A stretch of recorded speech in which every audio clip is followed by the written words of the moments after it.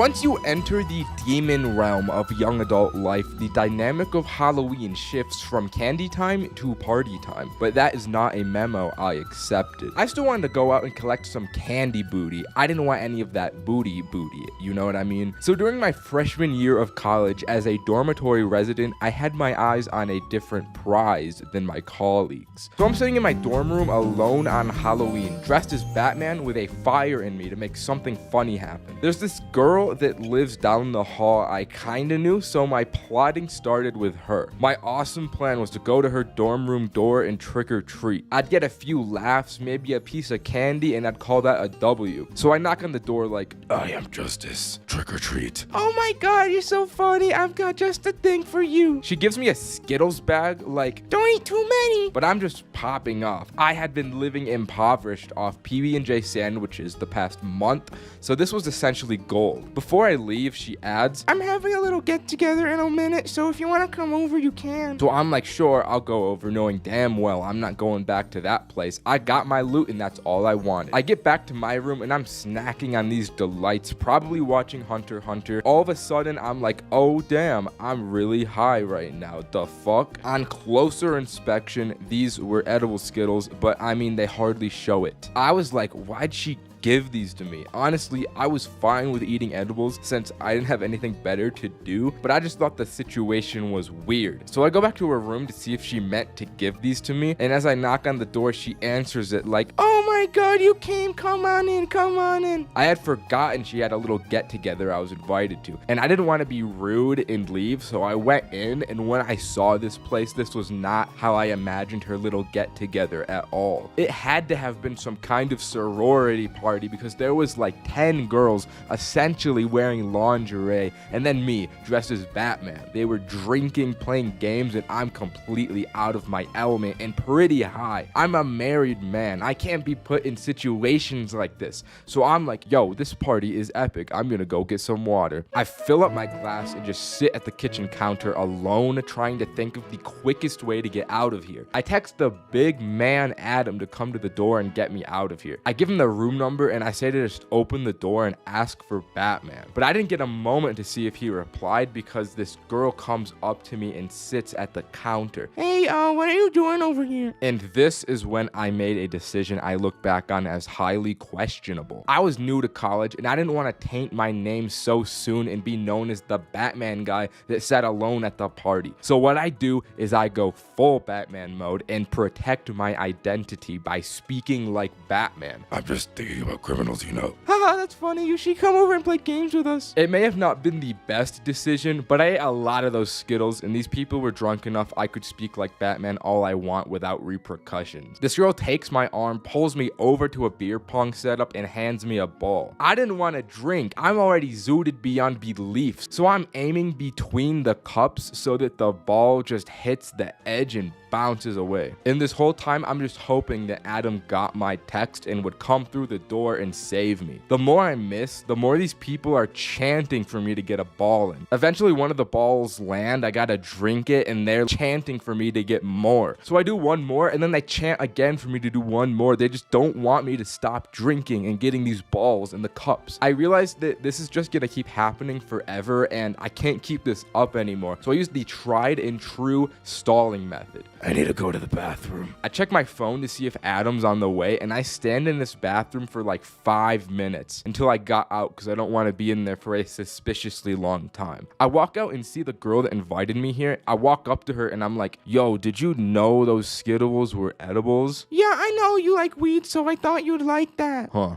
I guess that makes sense. Then all of a sudden, the door busts open. Adam is dressed as an Among Us and shouts, I need Batman! I'm like, duty calls. And the two of us sprint out of the party and back to my room laughing the entire way. Bruce Wayne was safe and back in the Batcave and could watch anime all he wanted without the distraction of sorority girls. I repaid Adam by giving him the rest of my Skittles and I passed out into a weed coma. Alright, that's the story. Subscribe. Bye. I went to a farm and did za. Remember when I said I was going to Iowa? That wasn't a lie. high. A month ago, I packed my bags with every prized possession I own, and then, boom, I landed in Iowa, where Roman, the cutthroat, bone-smashing big back, picked me up and drove me to the corn farm. Now, here's the kicker about the state of Iowa. They don't got legalized, za. So I'm in the car sweating profusely, twiddling my fingers and blushing a little bit like, Roman, how are we gonna get the stuff? How are we gonna do it? But he reassured me he had the methods. He looked me up and down and said, don't worry, I have the methods, which I found very reassuring. So we pull up to the farmland and do a few days of farming. I don't know a thing about farming, so when they do they work, I just stand idle like the red Lego guy. But then the day came. The day Roman would show me his methods and we could have fun and play with each other. He brings me to his uncle's house on the farm and we acquire gummies via the cutthroat Unk method. Roman's uncle gave us the hookup. We pay our thanks to Mr. Cutthroat Unk for bestowing us gummies and tiptoe out the front door, just in case the police heard our footsteps. But once we securely took the package back to our place on the farm, it was time to get freaky. The average human being would probably think the only thing to do in Iowa at night is get eaten by monsters in the cornfields and visit the Field of Screams. But I'm not the average person, and I had a plan. You see, farms have these little vehicles called mules, which are literally just golf carts. I wanted to do this edible and drive to the only location that existed in this goofy small town, and that's Casey's gas station. I hadn't been high in like 3 months, and I was prepared for the hella munchies. And so we ate this edible and watched the Teen Titans Go movie until they started to hit. Fast forward a bit, and once I was starting to develop feelings for Starfire, I knew it was game time. Brother,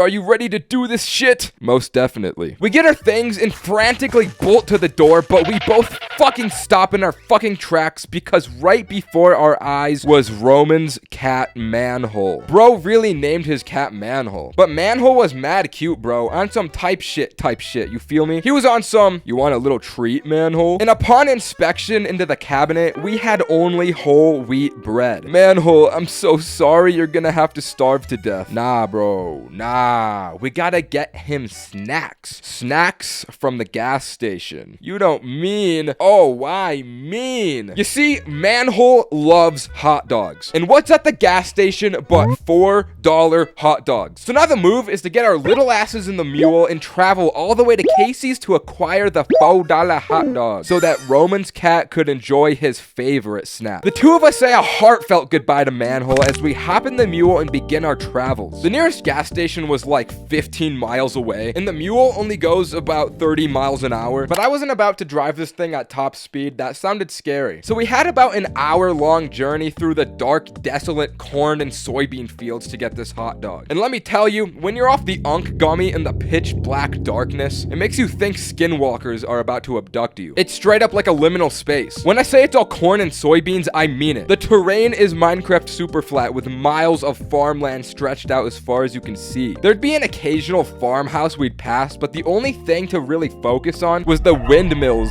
that would flash red lights at you all in unison. I straight up thought supernatural entities were about to eat me alive and stop me from getting my hot dog. This shit was getting to my head until Roman was like, you wanna listen to some music? Oh yeah, bro, what do you wanna listen to? And he plays the goofiest banjo tunes I done ever heard in my life, but something about them put my mind at ease. We felt like real farmers with this stuff playing. And after a bit of driving, I happened to spot something with my little engorged eyes. The mule came to a screeching halt and I'm like, bro, do you see that? No. Look, right there. Look, right there. And Roman's gross jaw fell to the ground because what we had just run into was some weed lying on the ground just asking to be stolen, which sounds far-fetched, but I'll get to it. Now, the two of us have an IQ of 140 combined. And I didn't realize this wasn't actually weed. It was a marijuana plant which grows as like an invasive species or something. You can't actually smoke this stuff and get high. But again, combined to 140 IQ. Oh my god, there's no fucking way, bro! We gotta steal this shit. We need every last bit. So we start pulling the weed out of the damn soil and loading the mule up with it. We were driving away with plants hanging out the sides of the doors thinking we just hit the jackpot. I start doing a little bit of trolling like, you know, Roman, if you eat those things, you'll get a little bit high. That's how edibles work. Holy dude,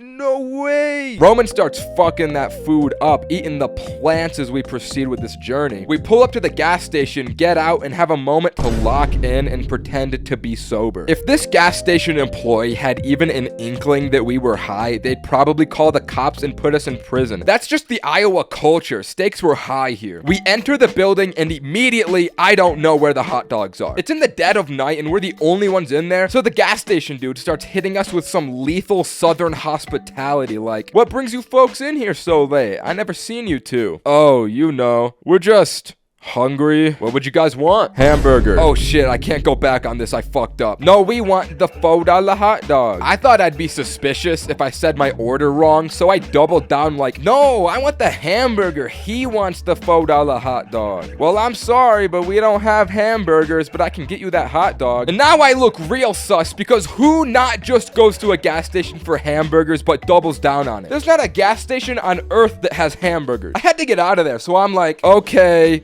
I'm gonna go look somewhere else. Which sounded like I was gonna leave, but I was just going to the candy aisle while Roman got the hot dog. And looking at those chocolate bars, I felt myself going non-verbal and feeling paralyzed. But something about them made me laugh. The Hershey's made me start chuckling to myself because I was thinking about Mr. Beast Feastables, and I thought it would be really funny to ask the guy if they had Feastables. I wasn't about to actually do that, but I did text Roman, "Bro, what if we asked for Mr. Beast Feastables?" And then from the other side of the gas station, I hear, "Yo, do you guys have the Mr. Beast chocolates?" And I start holding my face, trying not to laugh. I looked like a psychopath. I didn't think he'd actually ask on my behalf. So as Roman gets that hot dog and leaves, I follow behind before this dude stops me like, "You didn't want anything?" And I couldn't talk at this point. I was cooked. So I just gave this guy a cheeky smile as we both just walked out. He probably thought that we just robbed him because as soon as we got out, we both just sprinted right back to the mule. All of a sudden, I get a phone call from my big dog Roderick, and I reject that shit immediately and whip the mule back to the farm. And overall, I'd say that interaction was like a 3 out of 10. But now we finally had the hot dog, and we were on our way to give it back to Manhole. Roman had to put his banjo music back on to regulate our nervous systems from the gas station incident, and halfway through the drive home, we had something happen that didn't happen on the drive there. We started to see headlights approaching us on the road. This was the first car we've seen, and I thought, it's the fucking police. This guy called the fucking police on us. Dude, our car is full of weed. We're fucked. So we pull over and turn the headlights off, going incognito mode, throwing all the marijuana plants on the ground. In this frenzy, Roman dropped the hot dog on the ground. All the condiments and buns fall off and it gets all dirty. This hot dog is no longer edible, and on top of that, we forgot to turn the banjo music off as this car is approaching. It luckily just passed us, and it was not a cop, but that was a real scare. And the rest of the drive home was just depressing because of the travesty that just happened to our dog. But we made it back alive and rinsed that shit off for Manhole to enjoy. Giving the cat his snack was a success, but we forgot to retrieve munchie food, so the two of us just ate our whole wheat bread for the rest of the night and crashed out. This was the most depressing night of my life. Being an Iowa crash out isn't good for the soul. So the lesson today is don't be a farmer because they don't have Postmates out there. Okay, bye. These big old doohickeys are notorious for being the kings of smoking equipment. Just look at this list. It's at number 1. And it's for a good reason. Anyone who's ever used one knows just how lethal a few hits can be. And I did 10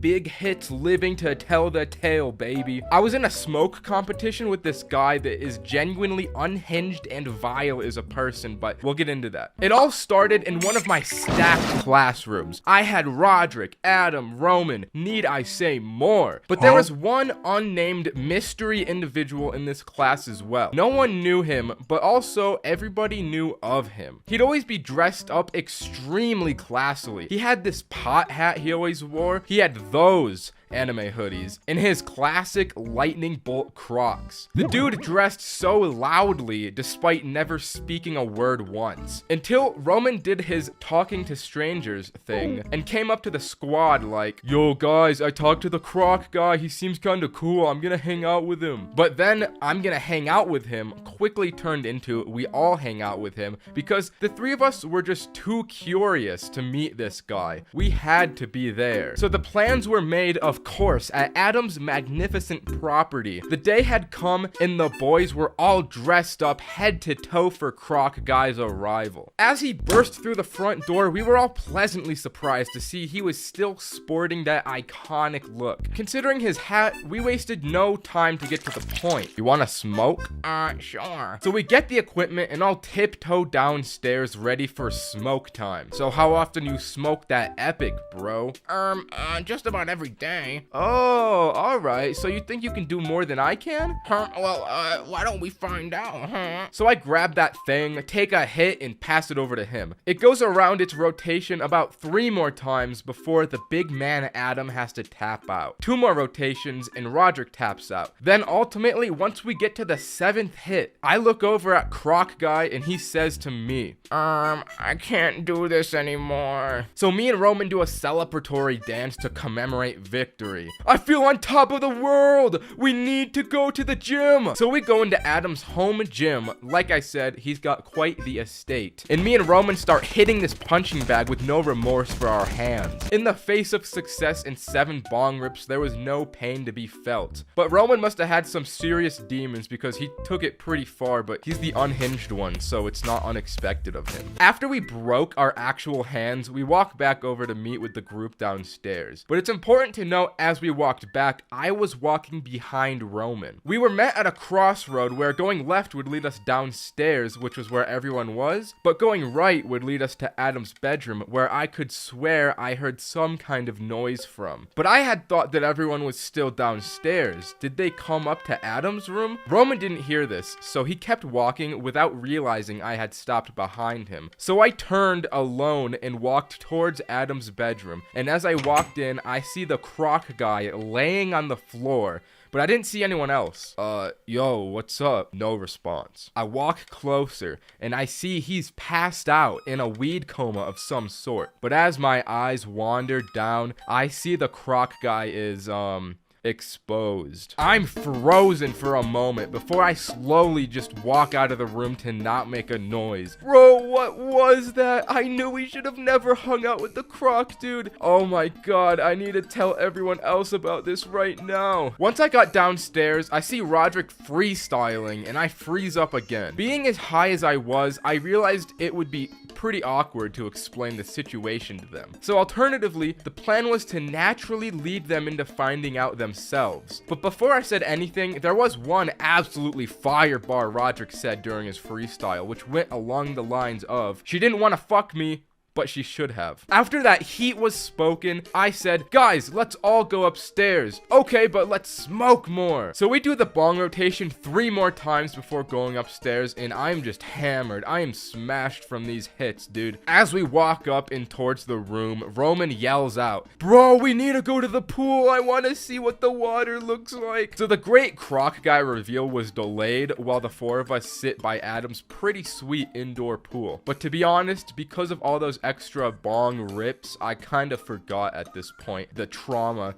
that I had seen earlier. Something had snapped inside of me just out of nowhere at this pool because I'd start talking to myself. "We're going to war, boys. This is gonna be the end." "What are you talking about, bro?" "We're in the cryopod, bro. We're freezing ourselves in the cryopod before we go to die at war on the fire planet." "You're on something else right now." "Yeah, I have no idea what he's talking about." "Tell me, should I die for my family or for my country?" "Definitely the country, bro." "Yeah, definitely. When I'm out there, I don't have a family." I just created an entire headcanon in my mind that we were these space soldiers. I don't know where it came from, but it was funny. "We should leave the pool. Roman, that was a shit idea." As everyone left, I kind of lagged behind for 30 seconds or so before I got up. And because of that, I exited out of the wrong door because I'm directionally impaired. I ended up on the other side of the house in the living room. There was jazz playing, the Christmas tree was set up, dim lighting. This was the absolute peak environment to be in. So I sat down for a minute alone to take in the environment when my peace was suddenly interrupted by screaming at the other end of the house. Then I finally remembered that atrocity in Adam's bedroom that I forgot about, but I didn't bother to go over there since the situation I was in was just too good. So I just laughed about it alone from a completely different end of the house while my 3 friends just went through torture. I couldn't be bothered when I was this high and cozy. Eventually, I just kind of fell asleep and the boys handled it. I don't know what exactly they did to the croc guy, but whatever happened was surely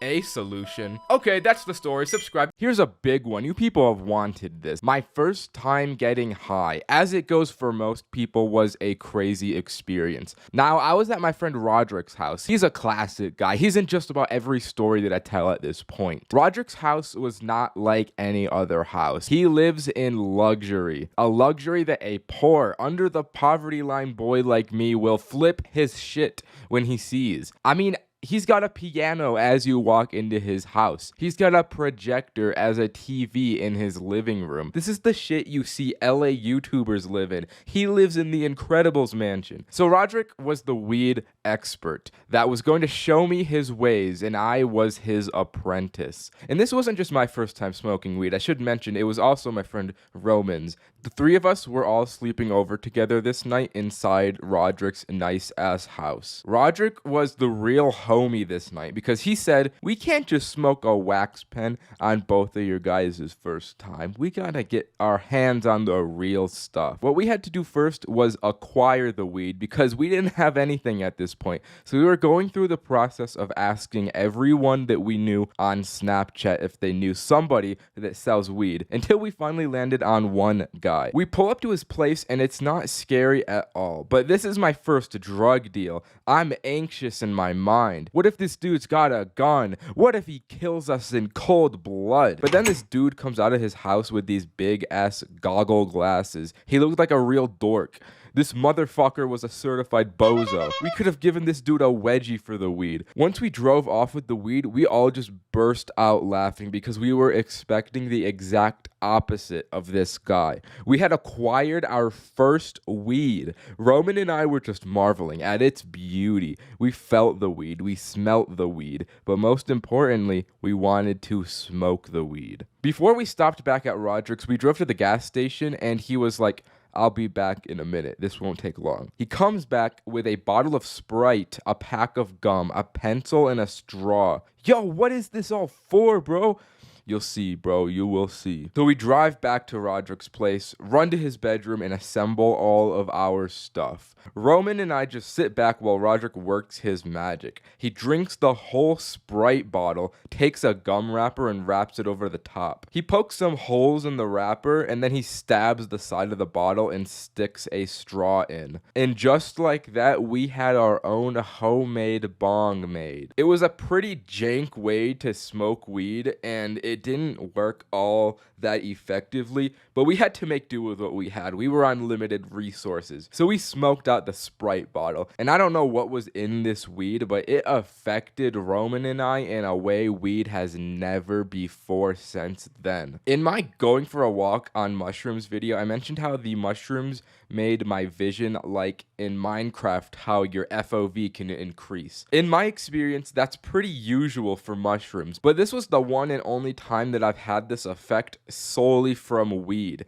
And it wasn't just me. Roman had the same experience with his vision. It was so weird. I don't know what was in this goddamn weed, but it had us looking at things crazy. I was so goddamn giggly too that I just couldn't get enough of these guys. I laughed at everything. It didn't stop. After you smoke a good amount of times, I feel like the giggles eventually just go away. But the first time I had the laughs. Then the fabled munchies kicked in and we had no remorse for the kitchen. We started tearing through everything like savages. There was a fruit bowl in the middle of the kitchen, so I went, don't mind if I do, and wiggled my little fingers. I picked out an apple, and there was a fly on the apple, and I don't know why, but this fly scared me. I mean, I don't fuck with bugs, so I threw the apple, I projectile tossed it across the living room, and it hit right into a framed painting and shattered the glass. I don't feel good about this even today, but luckily the painting itself wasn't damaged, and his parents were not home at the time. It was fucking loud. They would have known what happened. So we started to panic, but thankfully,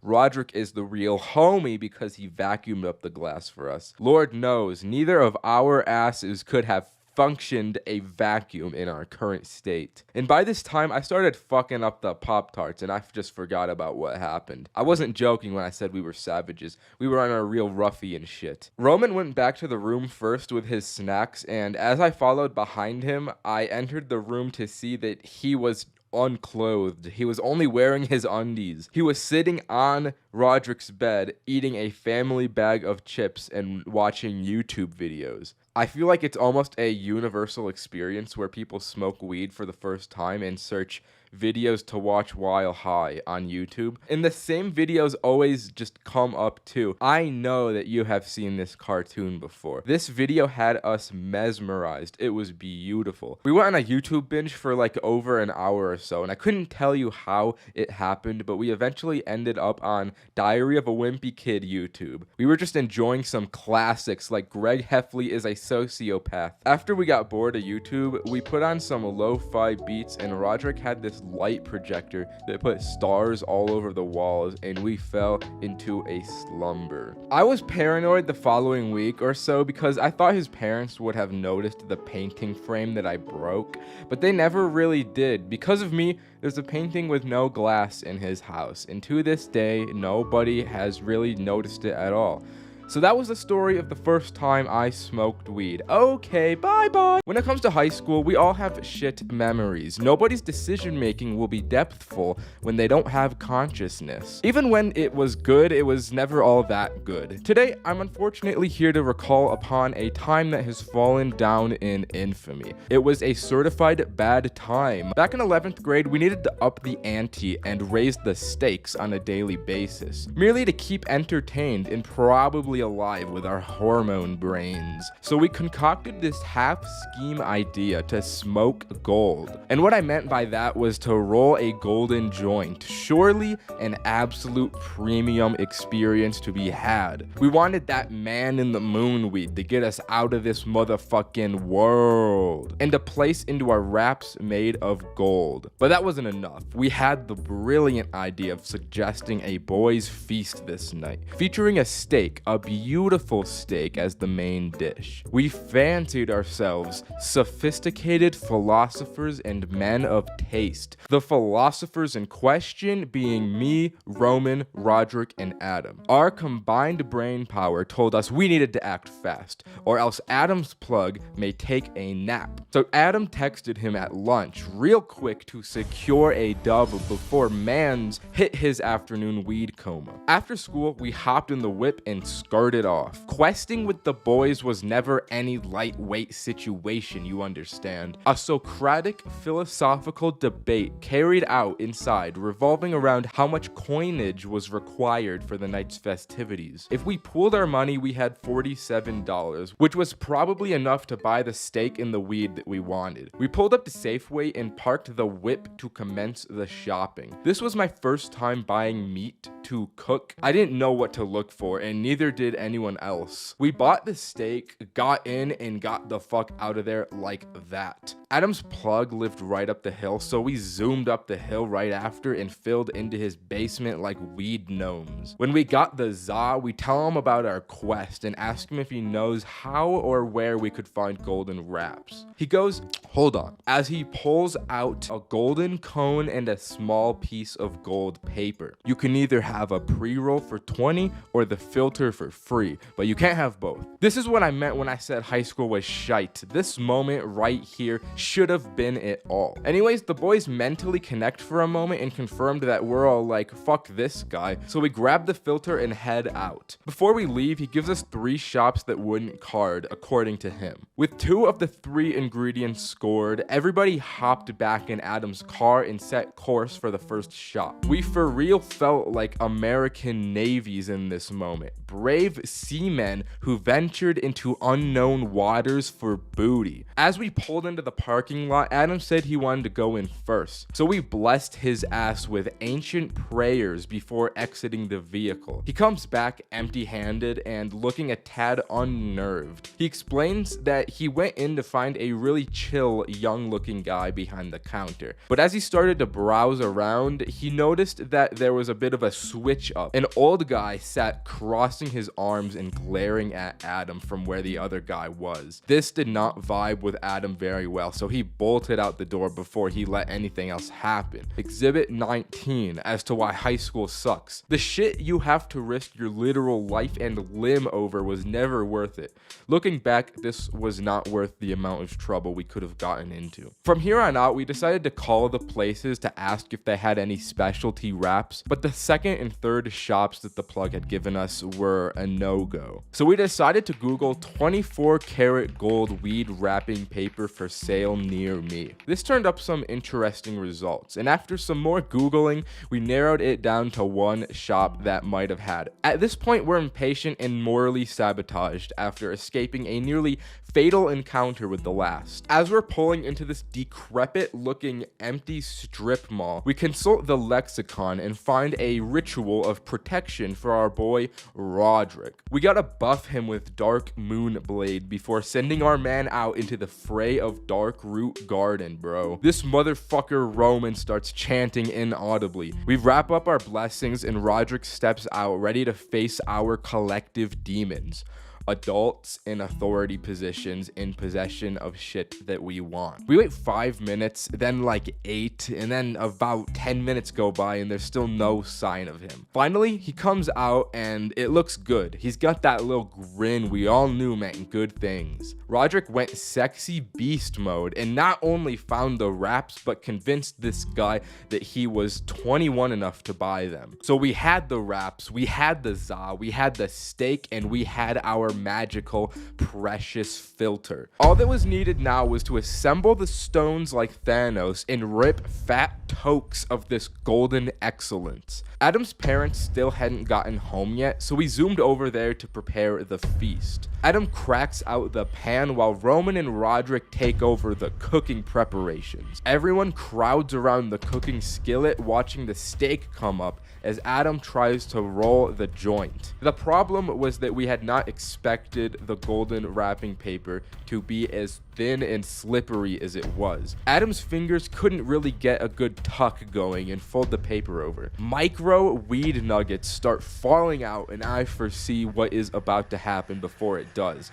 This moment is God sent. I prophesized the fall of the joint. As we're all there admiring this magnificent cut of beef sizzling on the burner, Adam's hands dip down low, causing every single last crumb of weed to roll out the tip into the steak. Nobody says anything. Then, without saying a word or anything out loud, we all lean forward and start trying to inhale the sizzling weed crumbs off the frying pan. But of course, it doesn't work, so we all cry and piss ourselves for the rest of the night. And that's why high school is ass. Smoking alone for the first time can be a daunting task. A little inexperience can make you truly fear you'll smoke the grass wrong and end up in the shadow realm. And a part of that's true. If you never smoked alone before, you gotta understand it leaves you susceptible to your demons more than any other scenario. In Fortnite terms, running solos can really feel like you queued solo squads with the amount of demons you gotta fight off. Truthfully, I'm not one to talk though, because the first time I smoked alone, I did it out a goddamn banana. I was truly struggling back in the day. This particular instance of my first time, I think it was my 4th time ever smoking weed in my life. I came into it so inexperienced, I didn't even consider something could go wrong. It was the day after I had some boys over. We had gone questing for Zaza the night prior, and when the next day came, I had a little leftover nugget in my name.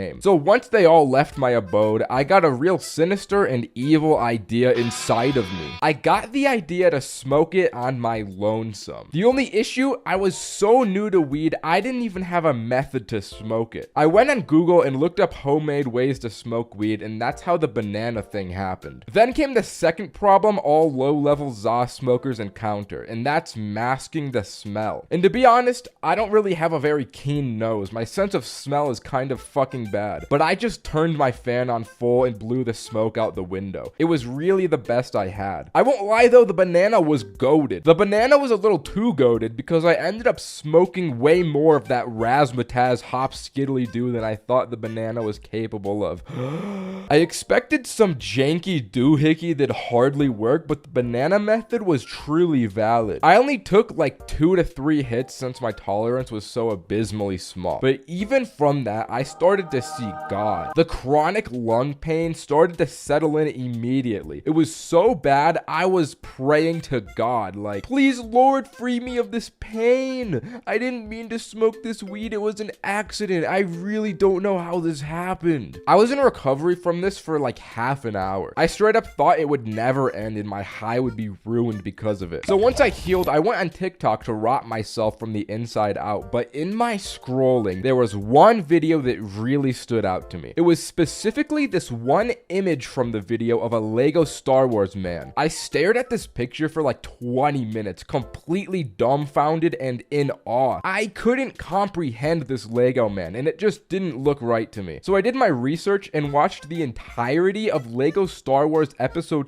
3 until precisely 12 minutes and 8 seconds into the video when I saw him. This is not the same as this, and it fucked me up. Immediately, I called Roderick like, bro, they fucking changed him, bro. What are you talking about? This Lego guy, he's not the same. They changed him. You have to come over right now, dude. I'll show you. So Roderick heads over to my house while I cannot comprehend why they changed a Lego man. He pulls up and I get the text that he's outside, and suddenly my brain does the Vine boom sound effect. Wait a minute. If I gotta go get Roderick, that means I gotta go through my house. That means I could be seen by my very own mother. I looked in the mirror to do a quick checkup, and bruh, my eyes looked like Squidward when he said, I'm all out of money. And I had no idea if I smelt or not. So I sprint downstairs as fast as I can, acquire young Roderick at the door, and take him into my room. Almost immediately, he's like, hey bro, it smells like weed in here. And my brain goes Vine boom sound effect with extra reverberation and bass boosted. Ain't no way, bro. Please say you're joking, bro. I can't have that be the truth. Nah, dude, it smells like weed. I start to panic. I don't know how potent the smell is, and I don't know if the smell had leaked out when I left my room. Now the objective has changed. It's no longer about Lego men anymore. It was about getting rid of the smell as to avoid getting a beating. I showed Roderick the banana, so he took it from me like, alright, this makes sense. The source of the smell has got to be coming from this banana. So what do we do about it? Give me a lighter. Oh, alright. And Roderick starts smoking out the banana, not before eating the whole thing. Eating that banana is just downright awful. Alright, dude. Now the source of the smell is inside of me. So as long as I don't open my mouth very much, it can't get out. Oh, wow, bro. That's genius. I didn't know you had this much intelligence. Hey, I'm not done cooking yet. We gotta get the smell out of the atmosphere now. The atmosphere? Yeah, dude, the atmosphere. Go get a vacuum. Go get a vacuum. So I run and get the vacuum, then bro turns on the vacuum nozzle and starts attempting to suck the weed smell out of the bedroom's atmosphere. Wait. That vacuum is too loud. It's gonna bring suspicion to the noise. Oh, damn. Good thinking. And in an attempt to soundproof my bedroom, me and Roderick take my bed mattress off the frame and push it up against the door. Once we had thoroughly sucked all stench from the atmosphere, Roderick was like, alright, we gotta vacuum the floor now because the odor can trap itself in the carpet, so let's suck it out. So then we vacuumed my entire bedroom. Our soundproofing was apparently not good at all because all of a sudden my mom opens my door to see what all the noise was, and the mattress falls on Roderick. What's all this noise? Oh, you know, I'm just cleaning my room.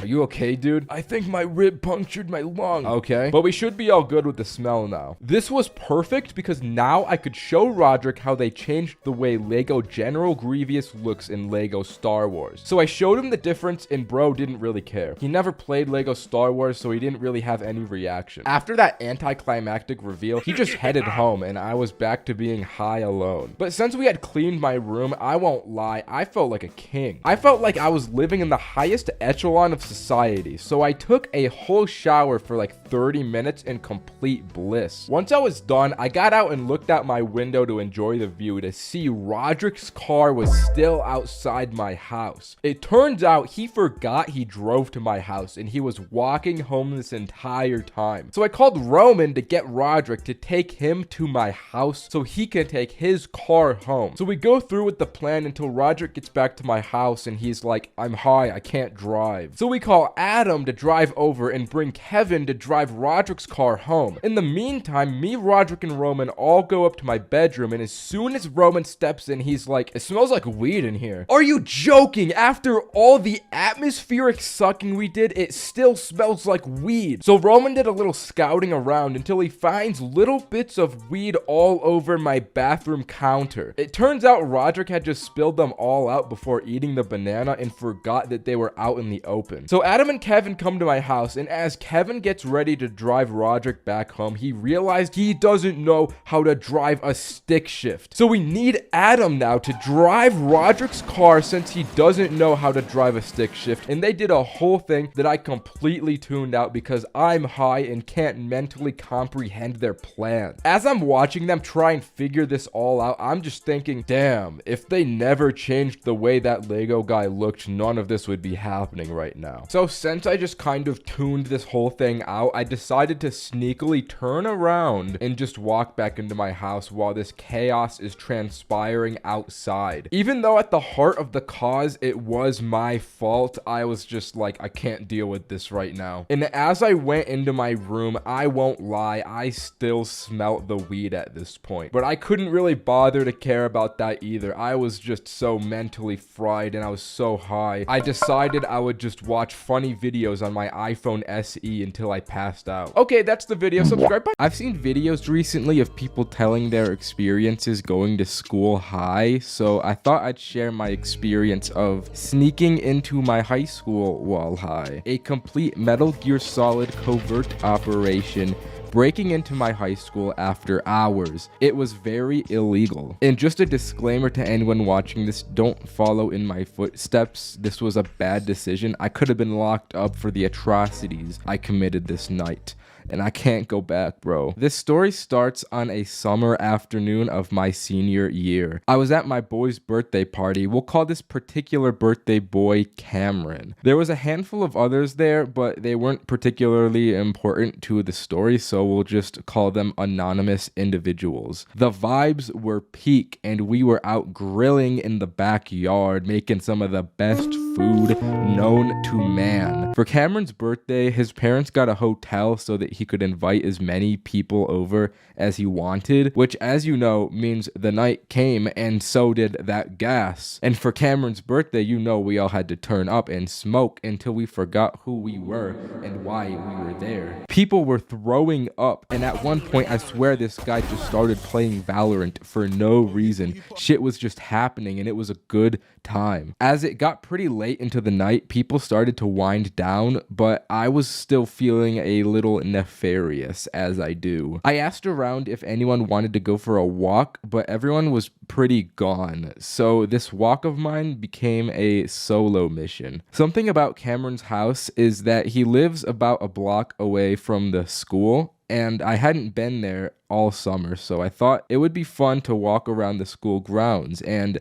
I won't lie, even though the neighborhood is pretty safe and it was only a short walk, being all high and alone at night was starting to get me a little paranoid. It just felt a little too quiet for me, but I think that was really just the weed talking. Also, an important note to add is that my high school is kind of set up in a weird way. There's a main building to the place and a few separate buildings for the classes, and the rest is entirely outdoors. There's no hallways, which made sneaking around the cameras pretty easy because I could just come at the building from any angle. And since I had been going here for a few years, I knew where all the cameras were located at anyways. cameras. Despite having this knowledge, my high ass decided to walk straight through the front entrance where there is a camera directly pointed at me. I walked down the center of the courtyard of the school and just tried to open the front door. I could not have been less covert. It was like I did everything in my power to be seen. I don't know why opening the front door was the first thing I did either, because breaking into the school was not my original plan. I just started wanting to get into the building. Eventually, I went over to the side entrance of the building, and for whatever reason, it was unlocked. So I walked in, and it had a very similar feeling to walking into a Toys R Us as a kid. I knew I wasn't supposed to be here, and that made it so much more fun. As I walked in, I passed right by another camera, but I really just didn't give a fuck. I'm pretty sure that that one is fake anyways, probably, and I made a beeline for the bathrooms. You know when you have to be in school at night for whatever reason and life just feels different in an indescribable way? It was very similar to that feeling as I stood in this bathroom. Leaving, I noticed this merch table, and I just snatched this black sweatshirt and proceeded to wear it for the rest of the night. I just stole from the school. I tried to get into some of the classrooms, but they were all locked except for the biology room, so I just went in there. It was pitch black, and I wasn't about to turn the lights on, so I had to walk around with my phone flash on, and this is when I started to hear police sirens. I went into panic mode. I looked out the window and I was making a plan to run instantly. The police had to drive past the school on the road and take 2 lefts to get into the parking lot. If I see that first left, I take the back exit and run into the forest, which should give me enough time to escape to the park and back home. I just gotta hope that they don't check the cameras and recognize my face, and then that was when I was like, oh shit. Even if I did run, I still have this sweater on. There's physical proof that somebody has been in here and they're gonna know it's missing, check the cameras and find me, and I can't go back to jail, bro. And then the police didn't take the turn and I was chilling, but I was still on my toes. I did a little peeking around and eventually struck gold. I found the crate that had all the Chromebooks and MacBooks, as well as another backpack filled with them. It took every fiber in my body to not steal this laptop, but I decided to put it back so that I didn't face jail time, because I just can't go back, bro. There was probably like $500,000 of equipment that I could have just stolen in that room, which is crazy. And I wanted to take something, so I just snatched this little 3D printed astronaut, and I actually still have it with me now. I left the classroom and tried a few other buildings, but they were all locked, and I was getting a little sussed out at this point until one door opened, and that door was none other than the front office of this school. I could have gone onto the laptops and changed my grades. I could have set myself up for a future in there. They even had more MacBooks in that office too, but I left because I had been there for a while and I was just bugging out. So after a long journey, I headed home in my new sweatshirt and my little astronaut toy. I got to Cameron's house and just slept on the floor. In hindsight, I'm glad no one came with me, because it probably would have made a lot more noise and for sure would have gotten us caught. And also the fact that they left so many doors unlocked is just insane to me. Criminals could have just been crawling through my school at night and I would have had no idea. They could be crawling through your school right now. Think about that. Anyways, I could have been arrested for trespassing that night, but instead I got a cool astronaut toy. Edibles are cheeky little buggers. You never know exactly what you'll get from them. Sometimes you'll eat one and feel nothing, sometimes you'll eat one and feel everything, and sometimes you'll eat one, think you feel nothing, so you eat another and another until all you feel is pain everywhere. The trick is simply getting them from trustworthy sources and being a little patient with the gummy. But somehow this seems too hard for most people, myself included. I was neither patient nor safe this fateful afternoon, which made for my most intense edible experience ever. Now, this was back in high school, so getting from a reliable source isn't as easy as it is now. Instead of getting the edibles from a dispensary, you have to get them from Howard, a grade above you, that claims he definitely is the Heisenberg of edibles and can cook up the best stuff. It doesn't help that I was surely at the peak of Mount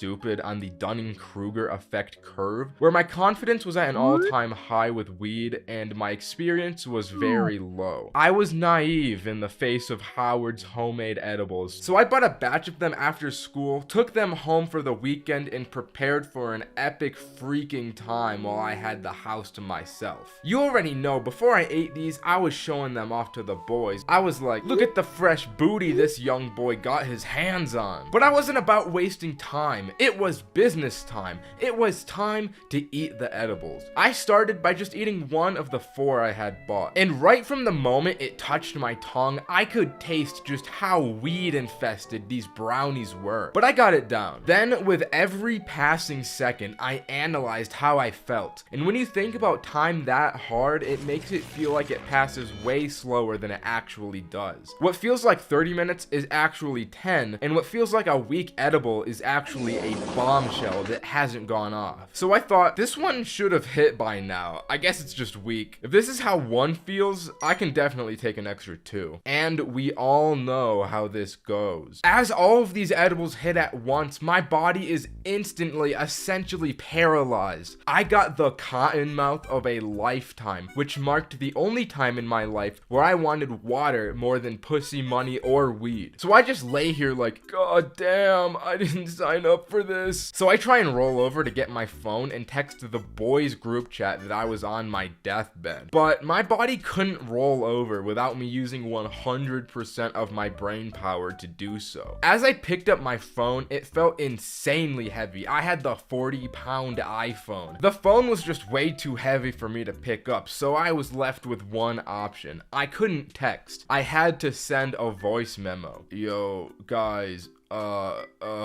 this shit is hitting for real. I think I need help. Send over the reinforcements to my place. I'm dying. Which was a pretty funny message to follow from the previous one. So once the message was out, so was I. My body shut down for I don't even know how long. But when I came back into consciousness, it was like I was viewing myself laying in the bed from a third-person view. This didn't last long though, because I got back to my body pretty quickly. But for a moment there, when I saw myself, I thought that I had died and I was leaving my body, but somehow I rationalized myself out of it and thought, there's no way I'm dying. I'm just on a lot of drugs. People always think they're gonna die when they're like this. I don't know how I was able to rationalize myself out of thinking I was dying considering how high I was, but I guess I'm just the GOAT. I can just do it. So I look over at my phone and I see that Roman is calling me. What's up, bro? Are you good, bro? Partially. Come over to my house though. So we came over with Cole and Adam, and as they rang the doorbell, I was faced with a real dilemma. Shit. How am I gonna let them into my house? So I tried to stand up, but instantly just fell on the ground. I had to crawl on the ground over to the stairs and I just fell down them. I was way too high. There was honestly no other way I could get down, but I was also so high I didn't feel pain from falling down the stairs, so it was all good. I unlocked the door still on the ground with my toes and then just kicked it as hard as I could to let them know they could come in. The 3 of them stood over my lifeless body and asked, "Bro, are you okay? How do you feel?" So I reached into my pocket and I pulled out the last brownie. "Boys, eat this. You'll know a fraction of what I've been through if you eat this, but I need water first." So I get my water, and surprisingly, the 3 of them just split the brownie and ate it like that. I guess high school boys are just that desperate they go feral at the sight of any free weed. I wanted to be transported to the couch, so I got picked up from my limbs and brought over to the most comfy couch I've ever felt. We turned on the TV and the first channel that was on was Paw Patrol. It was incomprehensible to me. Then I got some of the most devilish munchies in my life. So I postmated Chipotle. But at this time, the 3 of these boys were also starting to feel the munchies. Despite eating that small portion of the brownies, it was hitting them enough. So Adam was like, "Bro, I'm so hungry." And my high ass replied, "Oh, me too, don't worry. worry, I'm gonna get Postmates. And I ordered another Chipotle burrito for me and Adam, forgetting that I had ordered the Postmates prior. I guess the group of these 3 guys picked up on this, so they started to get me to order as much Postmates as they could. Once the burritos started coming in, I'm freaking out because I don't understand where all of these orders are coming from. I thought I had discovered a real-life infinite food glitch because 4 different orders and 7 different burritos were delivered to my house. But alas, it was just my friends sucking me dry of every cent I have. So we got all of our burritos, brought them in a big pile, we held our hands around the burritos, and we prayed for this meal. We prayed to God and thanked him for this bountiful feast we had. And with that, there were 2 extreme lessons I learned this night. Don't buy edibles from Howard, and don't trust your friends. They will try and get as many burritos out of you as they can. Okay, that's the story. Subscribe. Bye. I haven't gotten high in school very often, and anyone who has gotten high in school would know why. It always sounds like a good idea at first, but in practice, it can be so goddamn scary. Now, this story isn't just about me getting high, but instead the whole squad was smoking in class. And under those circumstances in mind, you know shit had to have gone down, and it did. So it was the first day back to school from summer break, and it was the morning of that day before the classes had started. As the nature of the first day of school goes, I was pissed off, and so was my boy Roderick, the same guy from the mushroom story. We were pissed we had to be back in this place, but it also was sick to see everyone I didn't see over the summer. So we were greeting everyone in the grade, catching up in the hallways, when none other than the man himself, Kevin, comes through the doors, beelines straight to the 2 of us, and whispers in our ears, "Bro, meet me in the handicapped stall real quick. I got something to tell you." Which, may I add, is an insane way to greet someone on the first day back from summer break, but we followed him into the bathroom to see what was up. As we walked in, Kevin is standing on the toilet like he is about to give a speech to us and says, "Guys, none of the 3 of us want to be here. Wouldn't you guys agree?" And we nodded our heads in agreement. "Then why don't we go somewhere else?" And this guy pulls out not just 1, but 3 different wax pens, and our mouths are agape. Keep in mind, I rarely smoked at this time, so to see not just 1, but 3 wax pens that this dude had brought into the school was the craziest thing I had ever witnessed. I was like, no way we're smoking right here and right now. And Kevin said, "Not yet. See, I've been dreading the first day of school for a long time now, so I've thought up a way to make it a little more interesting. I want to play a game. We each carry a pen on us for the entirety of the day. Every time somebody says some dumb shit, you have to take a hit. And if you don't get caught all day, you get to keep the pen. But if you get caught, you owe me $50. In one moment, I was going about my ordinary day in school, and in the next, I'm choosing which pill I'm gonna take, and you know I took the green pill, and so did Roderick. I won't lie, the speech had us getting hyped in this bathroom stall. If anyone was in the bathroom at the time, I feel like they probably would have gotten the wrong idea. But anyways, we had to plan our day. We all brought out our schedules to see which classes we shared. I shared Spanish with Roderick, math I was with both, English I was alone for, and study hall I had the 2 of them again. But the bell rang and me and Roderick headed over to Spanish and departed from Kevin. As we walked into the classroom, we agreed we wouldn't sit next to each other, so if one person came down, the other wouldn't come down with them. And it would be easier to stay undercover, so we both sat in the back corners of the class. The class started and the teachers were going over the syllabus when this kid raised his hand and asked, "When we get our assignments, do you want our names in English or Spanish?" Me and Roderick just stared at each other from across the class after that. We knew what we had to do.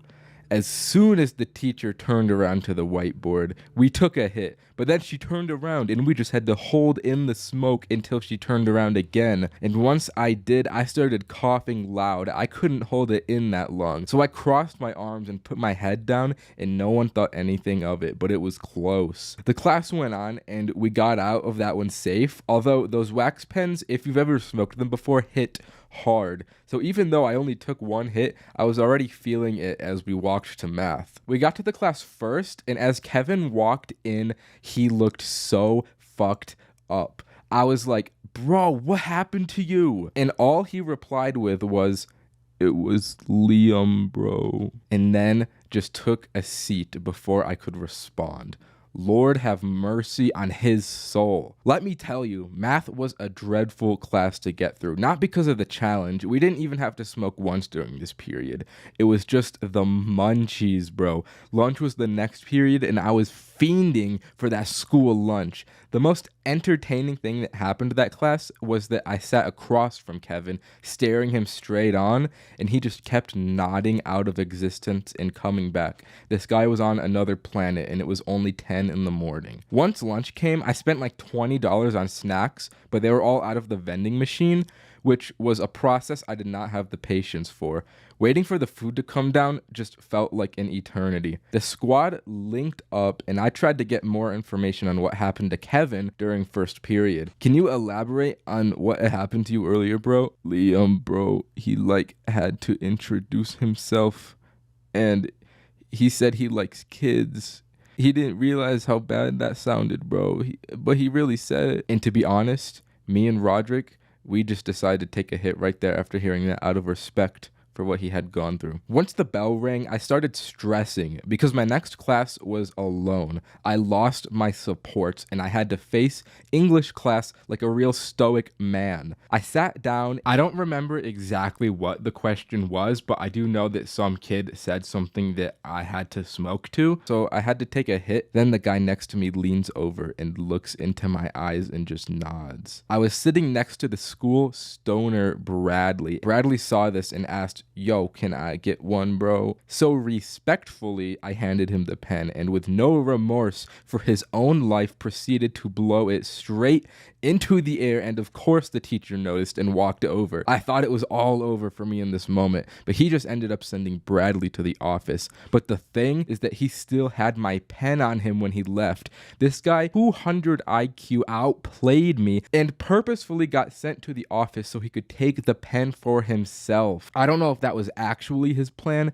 but that's just what it seemed like to me. Once English ended, I walked into study hall, and this part was the hardest part of the challenge to overcome. If you've had study hall before, you know how silent the class is.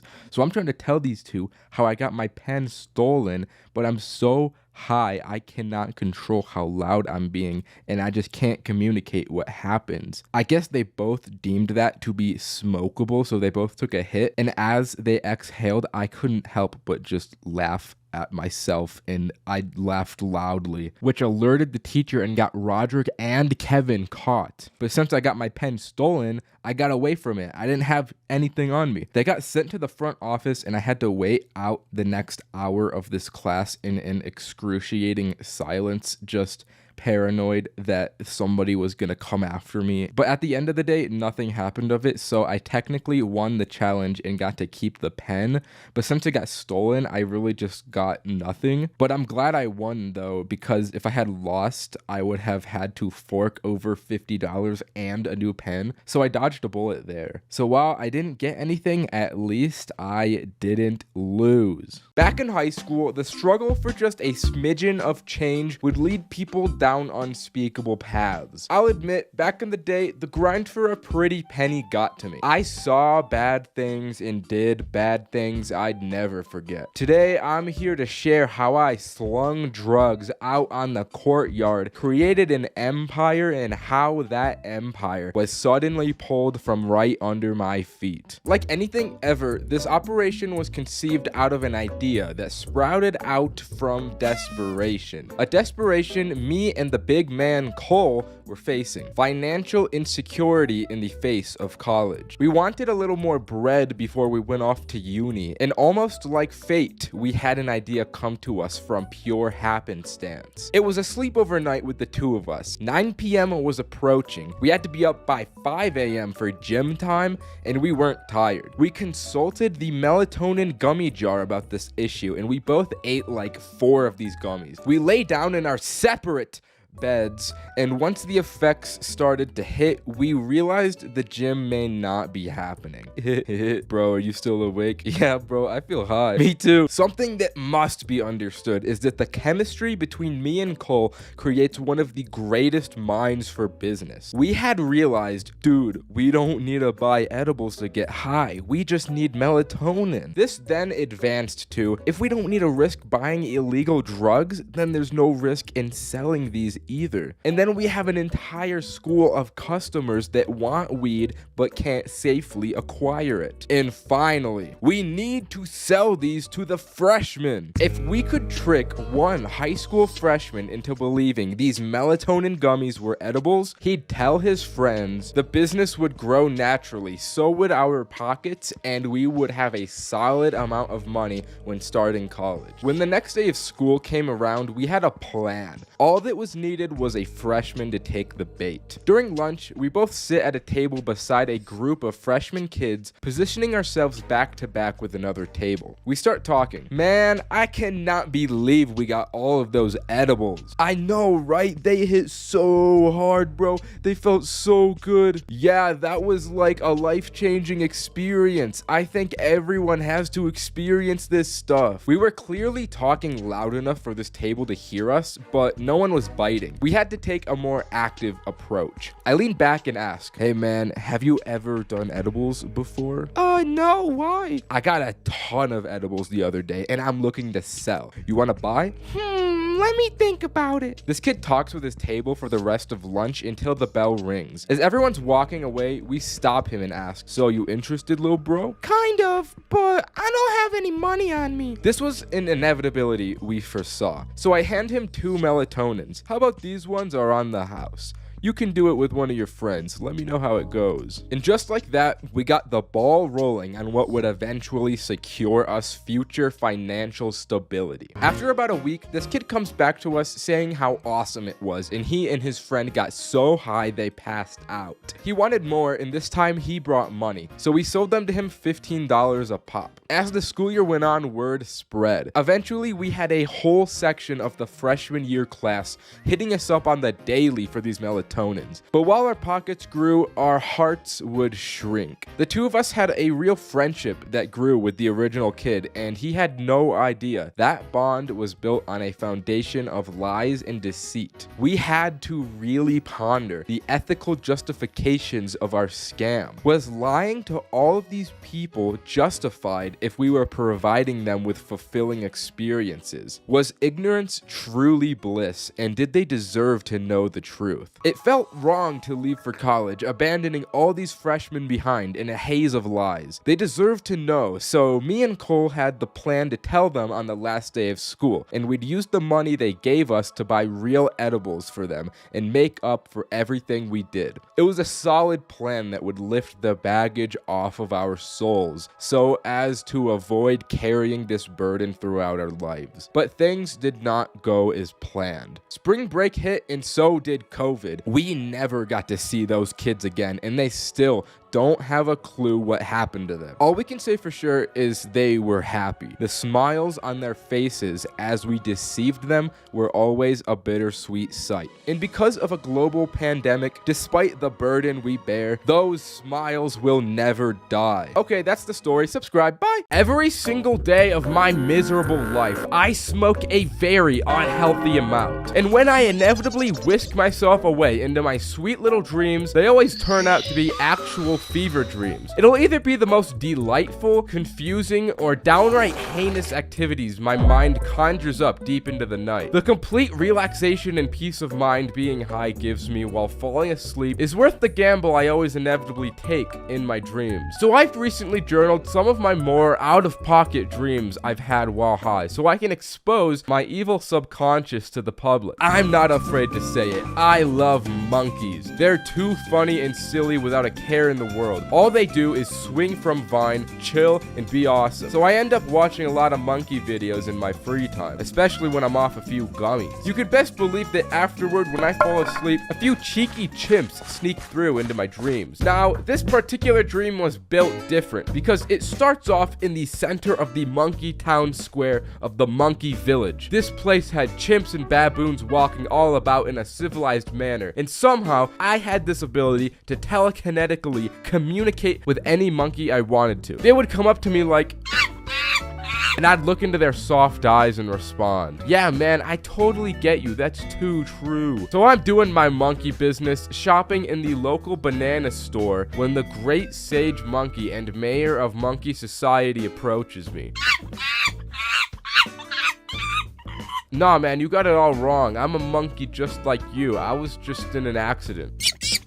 So I started climbing this massive tree for the coconut, but it was too hard for my human body. So I eventually fell and landed into mud, where ants instantly ate my body alive. I felt every horrific bite as they tore the flesh straight off the muscle and bone and tendons. Unlike the real world, I wasn't devoured though. I was simply just decreased in size. As a tiny person, the great monk mayor officer supreme presidential monkey came to my side and said to me,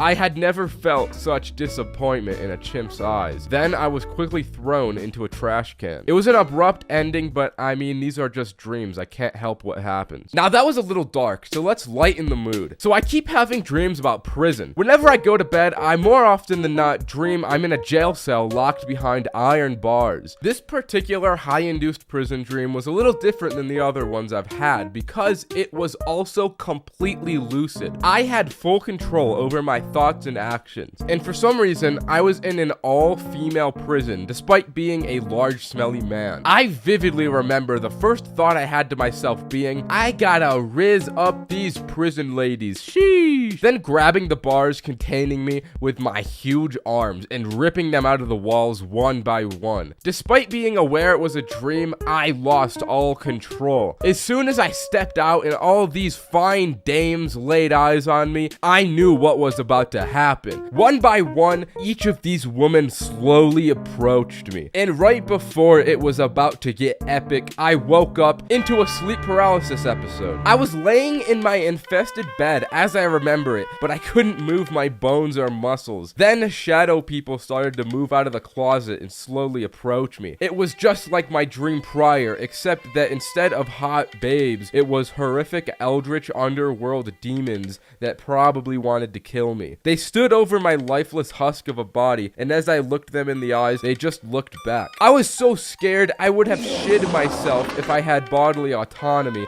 and wasn't paralyzed. Once I got my bodily control back though, the demons disappeared and I made a sound that sounded something like this. I just wish I got to stay in the prior dream just a little longer, man. There was another day where I was watching the Industry Baby music video non-stop just because I thought it was cool and the song is amazing. As I went to sleep, I had a really cool dream that involved a new strain of herpes that widely spread throughout the United States. It was very infectious and extremely life-threatening. So much so that it got to my entire family and I watched everyone I know and love slowly die in front of my eyes. I was not immune either because the strain eventually got to me and I had to see all my awesome and vascular muscles slowly drain away until I was but skin and bone disintegrating into nothingness. All that was left was to be welcomed into the afterlife's cold embrace. It was probably the coolest dream I've ever had. But throughout all these high dreams, my real high dream is to one day eventually smoke weed with Pokemon. I think that would make for a banger video, am I right? Anyways, I was just like Drake these nights because I would get so high, I would be out like a light. And that's the video. Subscribe. Throughout all of human history, we've always wondered, is the Fortnite cart real? This image has been endlessly spread throughout ancient cultures, dating back to hieroglyphic scrawlings in caves. Even to this day, the internet has tried to find it for years on end, and nobody has been able to track it down. Rumors started to spread that it was fake, and the Fortnite slurp juice cart wasn't actually real. But a small dedicated community of brave individuals never gave up hope for the Fortnite slurp juice cart because, quote, the high would be so good from it, and I want to feel like I'm in the real battle bus. So as the professional stickman and honorary Jaden animations of weed, I put it upon myself to truly find out if the Fortnite cart was real and if it in fact gave the greatest highs ever. After doing some digging around the internet, the best source on this topic I found was this Reddit post on r/weed. Clear as day, this individual has the Fortnite cart with the legendary blue THC oil. Reading the comments themselves, things didn't look so good for the investigation. Looks like window washer fluid. Rock on. Cancer speedrun. You should seriously not inhale that. I know it's kinda funny and everything's a joke, but the cart is fucked. Poop_tickle felt extremely passionate about this anti-slurp cart propaganda, but I didn't let it get to me too much. I mean, something being funny has never stopped me from inhaling things in the past, so I kept on my voyage. But then the positive side of the thread started to show itself. Looks real, you should be good. Hit the chug jug. It looked like there were still some believers here who hadn't been gotten by the Reddit brainwash yet. But none of these comments were bringing me any closer to the truth. To take things further, I decided to message the original poster of this image, Blaze_Titan04. And to my surprise, he actually responded. I can't show exact messages since he requested to keep them private as he moves in the shadows on his grind, but he provided an extremely crucial key piece of information. He told me exactly how he acquired his Fortnite slurp cart and who it was from. And best believe it spawns from the depths of Los Angeles. There's a man who runs a small business manufacturing and distributing custom-made THC carts that has the means to make the Fortnite cart a reality. And so I emailed him. Hello, weed legend. I'm a weed man myself and I love weed, but I also love Fortnite. Can you make me the elusive Fortnite cart? Pretty please, I want to smoke that blue. 10 business days later, a mysterious package appears at my doorstep of my house with an evil purple aura shrouding it. I knew this was serious business because one of my generation-long family-employed bush trimmers died bringing the package up from the Ninja engraved iron gate that protects my home. I put on my hazmat suit to carefully extract the Slurpenjamin from the box and ran up to my bedroom to be the first person ever to hit and feel what a Fortnite cart is really made of. What happened next was something I could have never predicted. Boys, today we have the Fortnite slurp juice cart. It's so rare. Come here, you gotta see this, you gotta see this. Oh my god. Oh my god. Bro, you gotta try this. Hit Oh this my shit, god, bro. dude. Hit Alright, this I'm shit. I actually don't feel good. I don't think you should do that, bro. I don't think you should hit it. Okay, you actually should, bro. I think there's something wrong. I think there's something wrong with that pen. I think there's something wrong. You shouldn't have hit that, bro. Oh, fuck. No. I told you shouldn't hit that shit, bro. Fuck. Don't tell me you took another hit of that thing. No! Stop! I told you not to take another hit of that thing, bro! Come on! No! No, that's not good for you! That's not good for you! It's been 3 days since he hit the Fortnite pen. He's completely changed in all regards. I'll just show you guys. He's just playing. What the fuck? What are you? Hey!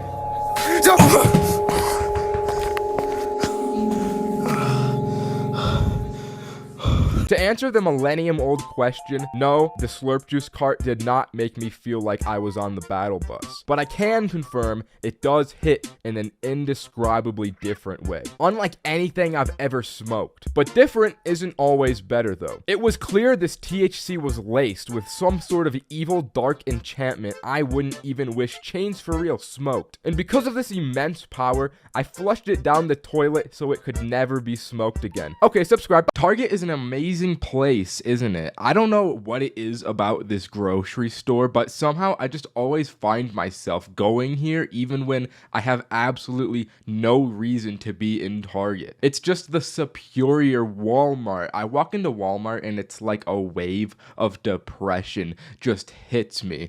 No one wants to be there. The floors are all gray. It's terrible. But on the other hand, I walk into Target and the exact opposite happens to me. Maybe it's the floor colors. That could really be the secret. So I love Target, but that's just when I'm sober. If I smoke and then I go into a Target, it's just a different story. This is my happy place. Jumping over a ball and entering those doors, I become unstoppable. I don't know if your Target is like this, but most of the ones that I've been to have a Starbucks as soon as you walk in. So I'll be going up to the Starbucks as soon as I walk in there and I'll pull the, can I get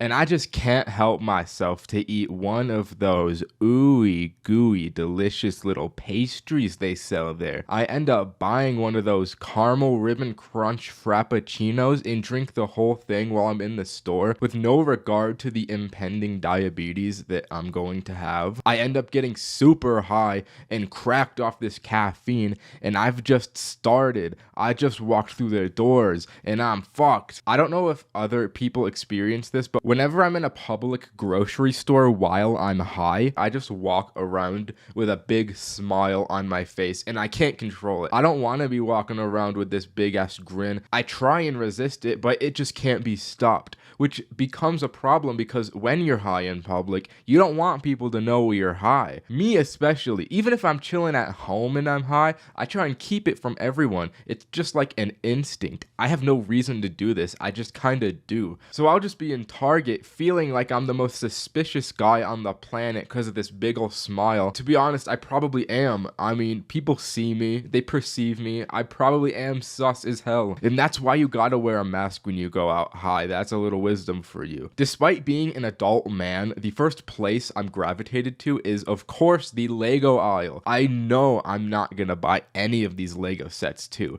They're way too expensive, but there's a strange enjoyment in just staring at them. Maybe I'm imagining me having them and that's enough to satisfy me, or it could be that I'm reminiscing on the long lost childhood wonders these blocks once gave me. Such a pure joy that could never be recreated in my current broken state. But either way, I just like looking at the different Lego sets Target has. And I always find myself back in the exercise equipment section as well. You know, where they have those weird curvy sticks? I have no idea what these are supposed to do or what they are, but I always pick it up and just mess with it. You know, I'll poke my back a few times with it and just put it down, as confused as I was the last time I tried doing this. And it's always a Target tradition to try and curl the 40-pound dumbbells. You just can't resist the masculine urge to curl the Target 40-pound dumbbell. I'll be in the aisle getting an entire workout in. And don't even get me started on the big ball bin. I be bouncing them big balls through the halls. I just be bouncing them balls all I want. No one can stop me from bouncing the big balls. I never buy them though. I don't know one person that's ever bought in these balls, but you always gotta play with them. And then I conclude my awesome 20-minute Target trip of the day. Still high, just with a lot of sugar and caffeine in my system. My hands are still empty because I don't ever buy shit. Call me the menace of Target. I just be messing with things. Now that I think about it, I really just do fuck with Target a lot. When I used to live in college dorms, I didn't want to pay for a parking pass, so I just parked at Target and left my car there overnight for like an entire year, and no one stopped me, despite the sign saying that you can't park at Target. And another message, thank you for 10,000 subscribers. Jesus fucking Christ, like this just happened so goddamn fast. I don't know where it came from, but you know, I'm about it. So what I want to do for 10,000 subs is a Q&A video. So what you can do is either just comment on this video a question,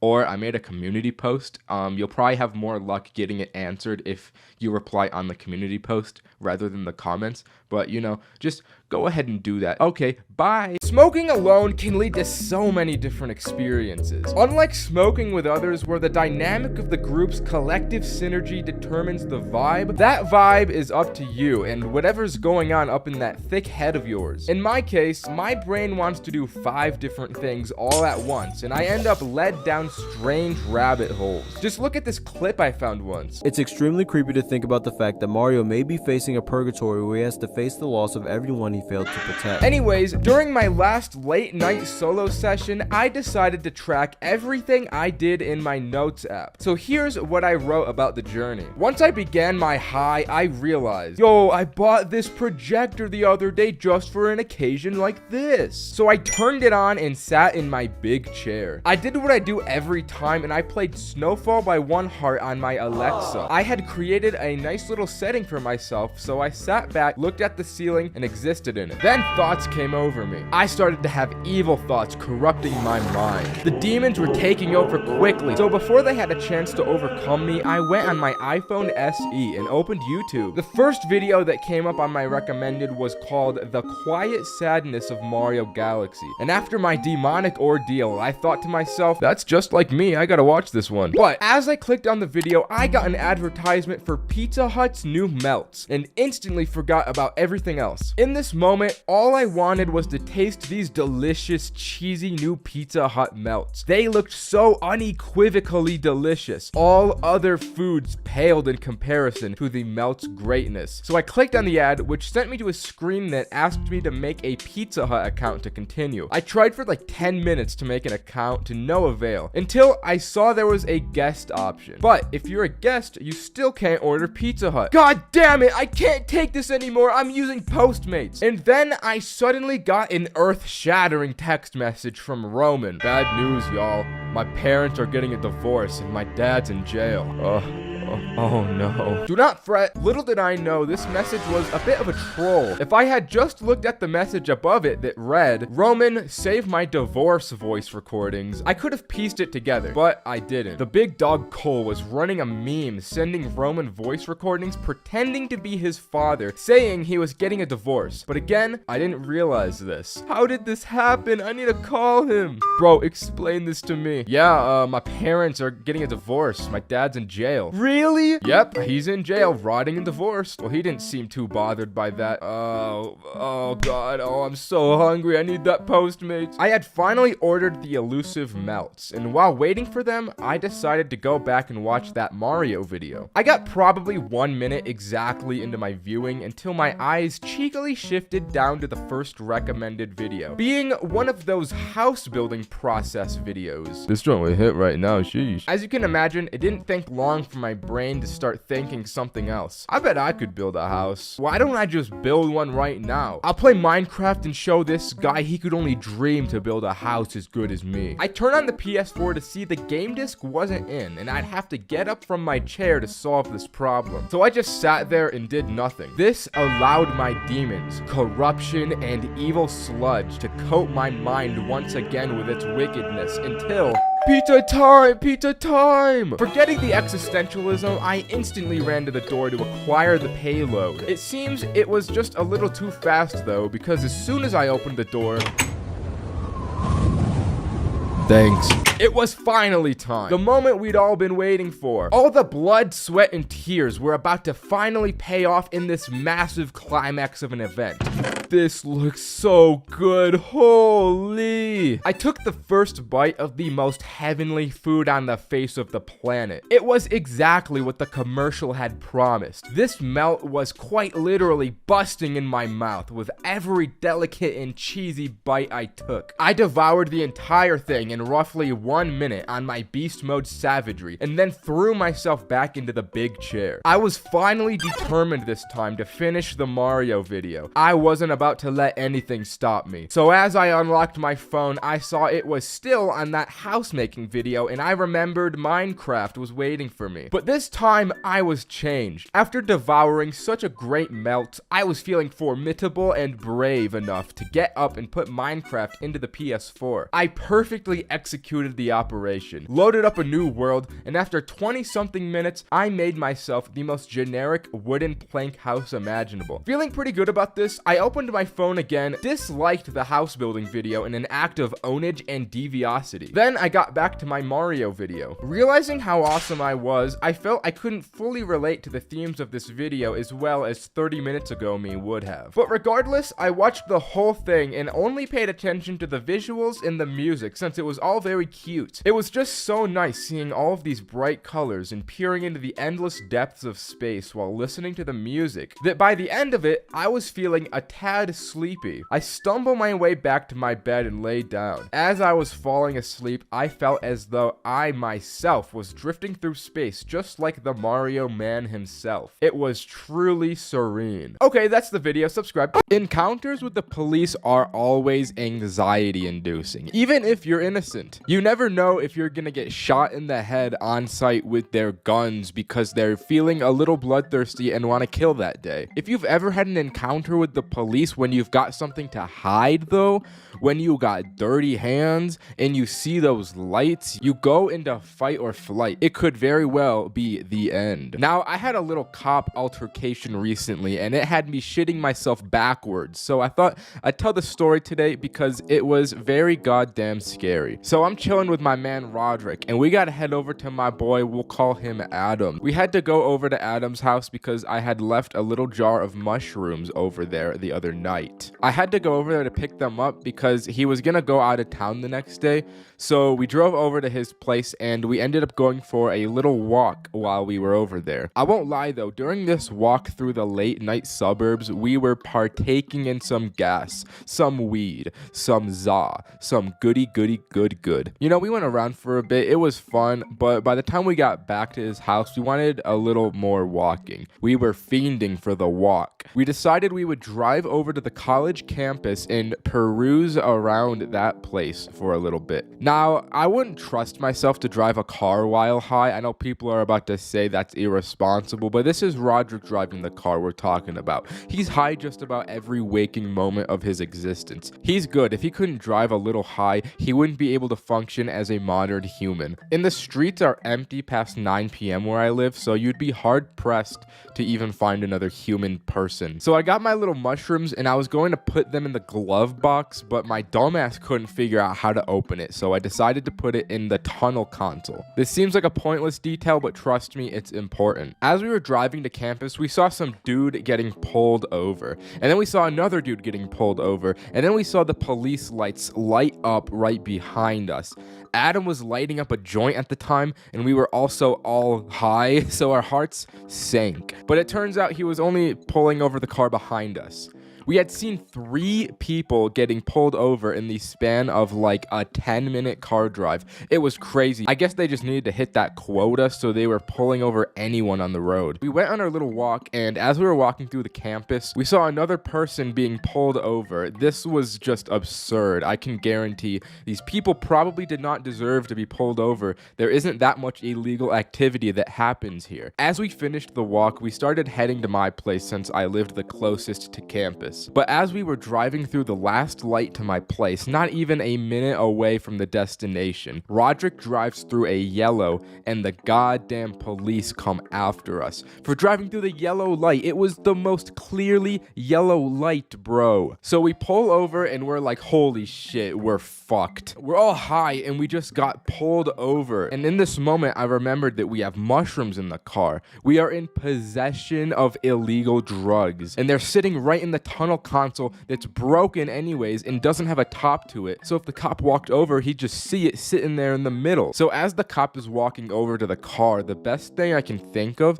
is to take the mushrooms and throw them under my seat. Imagine if I had put them in the glove compartment like I originally was going to do. He would have asked for the registration and the drugs would have just been right there. Luckily, I was a stupid, silly little guy this night. and I couldn't figure out how to open it. He comes up to my window, even though I'm the passenger, and he shines this flashlight right in my face, and he's like, "You ran a red, man." He asked the usual questions like, "Are you under the influence and do you have weapons?" Roderick says no to both of these, even though he's high and has knives in his car. I don't even know why he lied about the weapons, dude. He just did. So he goes back to his car for like 20 minutes while he checks the registration, and the three of us are just sitting in silence the whole time. The air was thick. It was a loud silence. He comes back to the car and just lets us go. So we head out scared shitless. I get home and I just go to bed immediately and hit the in my bed. I don't know why the cops were so active this night, but I guess it was cool that we didn't get a ticket or caught with drugs. If you take anything from this story, I would take that you shouldn't drive through yellow lights around cops because they will use your life for a quick bag. Studies show that men think about beating up on other dudes about 28 times daily. Thinking about it scientifically, this adds up to my everyday life. The situation of walking down the sidewalk when suddenly another dude starts walking down the same sidewalk in a conflicting fashion always has me thinking, shit, this dude's gotta be about 5'10" and 180 pounds from triangulating him from the distance of 20 meters away. But that's exactly 2 inches shorter than me. As he approaches, I'll quickly jab with my 2 extra inches of reach, immediately debilitating him on the ground. I'll kick his head to knock him unconscious, take his wallet, and walk away in a nonchalant fashion as if nothing happened. Then in reality, to just casually walk past the guy and do nothing as if this isn't how 100% of my human interactions in life have gone so far. It's like that same shit when a car drives past you at night and you imagine they're about to shoot you for no reason. It's natural instincts of violence. And an instinct of violence surely was the thing that befell my little friend group in the 7th grade. That's right. I got jumped when I was 12. It was a Friday afternoon and school had finally let off, and I was itching to let out my animal this weekend, so I hit up the boys. Except that I was 12 and I had the goddamn SpongeBob horn phone, so I needed my mom to text their moms and do all that slop. Soon enough though, the moms pulled through, and I had 2 very classic buddies headed over to my house so I could let out my animal. My doorbell rings, I pitter-patter over and swing that shit open. Roman's standing right there with a suitcase. Bro really came prepared for any possible situation. I mean, damn, a suitcase? But we start messing around on YouTube.com a little bit because this second individual is taking a little longer to show up to my abode. His late arrival will actually domino effect into his downfall because as me and Roman browse, we come across a very funny boy yelling about Sonic, and we want to show our other friends so badly. But in no time, my door rings, we pitter-patter over to the door, swing that shit open, and standing there is none other than this little shit named Alex. Alex was a fucked up kid. He would bring boxes of Mountain Dew into class and down them as if he isn't drinking fucking Mountain Dew. If vapes were around when I was 12, he would most definitely be chiefing those johns like nobody's business. So this evil child arrives at my house, and instantly me and Roman are like, you gotta see this kid on YouTube, man. He's so funny. We watch a few videos, have a few laughs, until Alex gets a massive, sinister grin on his face and says, guys, I want to film a prank video. Which is never what you want to hear from Alex, but we didn't have enough wisdom to know that at the time. Alex specifically wanted to film a Sonic prank at the park gone wrong. And to a 12-year-old, that sounds like the most hype idea on the planet. I also just so happened to have a Sonic plush backpack in my garage as well. So we found the backpack, put it on Alex, and headed over to the park. As we got to the park, we had full view of an empty playground, empty swings, but we had perfect sight of our victims with 5 kids sitting on a park bench all together. So Alex takes out his iPhone to record the audio and voice memos, while Roman records the interaction on his Motorola. We honestly had no idea what Alex was about to do for his Sonic park at the prank gone wrong, but setting up the prank already had us laughing. So Alex actually starts to walk over to these kids, and as he approaches them, they all lock eyesight on him like hawks. Then Alex starts screaming the same nonsense the Sonic kid on YouTube said, like, you guys ruined the Sonic franchise! And the guys on the bench just look at each other like, the fuck is this kid talking about? So Alex keeps going on about this Sonic bit, and me and Roman are watching in awe. We cannot believe that he's actually seeing this through. A possible detail we may have forgot about pranks is that the camera is usually hidden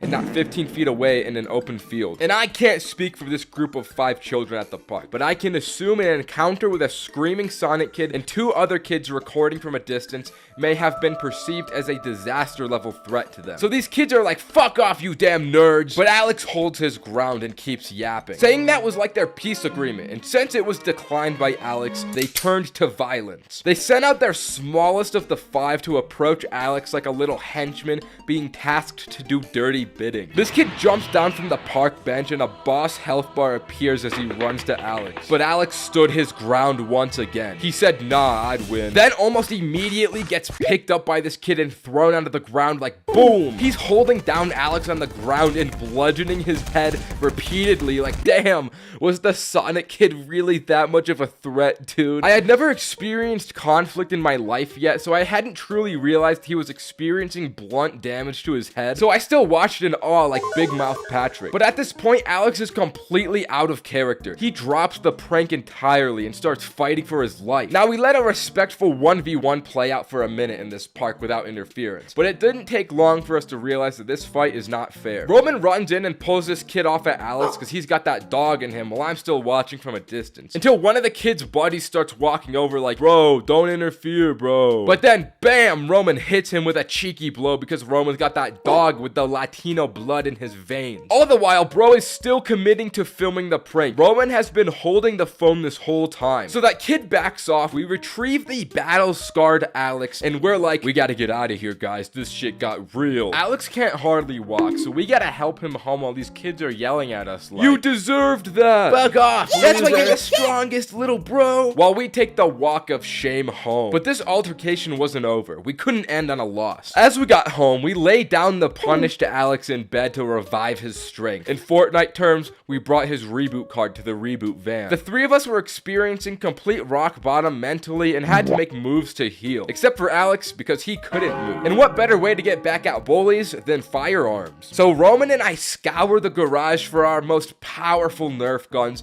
and made the walk back. I don't know why the fuck we did Nerf guns because the bullets don't even hurt, but we make the journey back to the park strapped like a couple of honest working red-blooded blue-collar Americans. As we pull up, we start shooting this group of kids and it inflicts no damage to them and only causes the group to all charge at us. But what I didn't mention is that the Nerf guns were only a diversion to lure in the kids as we threw our secret carton of eggs at them. After a few failed eggs, we eventually hit one of the kids and he starts running away. 2 more of them realized we had those shits on us and decided to turn around with the other kid, leaving only 2 more kids approaching us. These little boys were sprinting to beat up on us and rapidly started to approach, so I decided to fall back, but Roman held his ground. I was like, you need to fall back, but Roman didn't listen because as the kids got right up to him, he flipped the Nerf gun around and hit one of them over the head with the goddamn handle of the shit. Like, damn, that kid got concussed, bro. Of course the other one retreated after that, and the 2 of us returned quickly home from war. We reported back to our fallen soldier and relayed the intel of our successful reconnaissance mission. And although through all the violence of that interaction, the most painful part of this day is that Roman started seriously stressing about hitting these kids on camera. I wanted him to upload the video so badly, but he decided to delete the prank we recorded because he didn't want his mom to find out what he did to these youngins. Since that whole event happened to me at the park, I was too afraid to go back there as a kid. I didn't want to one-man the park and end up with 5 little boys ending my life and stomping on my head and my vision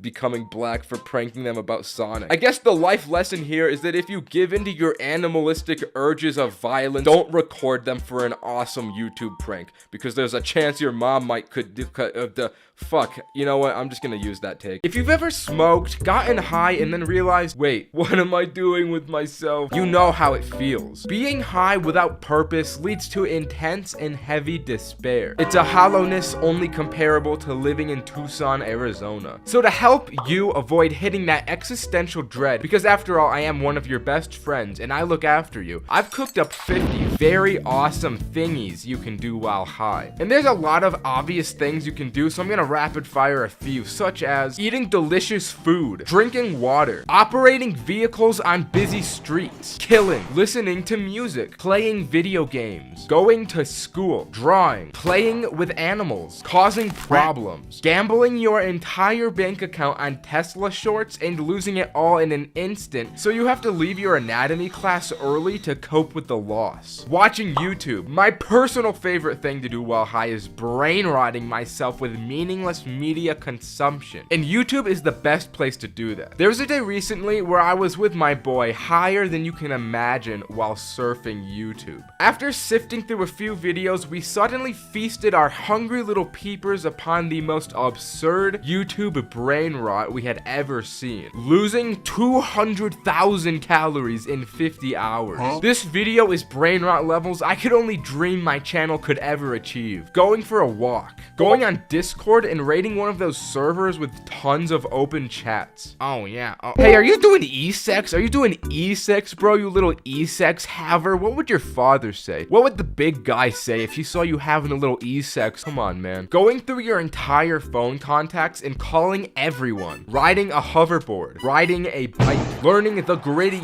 Kissing your friends right now. Going to the gym. Do the sus machine. Work the hip abductors, bro. Put the shame aside and do it. It feels good. Go to the cemetery. Stare at the wall and try and figure out what color it is. Just spin as fast as you possibly can in a circle. Swim in a pool, sink to the bottom, and feel your weightless body drift around. Postmates a medium Coke from McDonald's, and make sure you choose the freestyle orange flavor. Trust me, the taste is so worth it. For the small price you have to pay, it's so worth it. Do more drugs. Make sure you come out of this different. Watch videos of kids crying on Call of Duty. Study the Quran. Play Lego Star Wars The Complete Saga for Nintendo DS. It's a personal favorite of mine. Run to the top of a parking garage. Pretend to be an NPC. Lord knows that wouldn't be hard for you. Stack every single item in your home into one big pile. Play the knife game. Listen to this song and think about your failures. Go to the gym again. Only the top 1% of men can do this. Hold a conversation with your mother. Think about how time seems to pass faster than you can realize it. And before you know,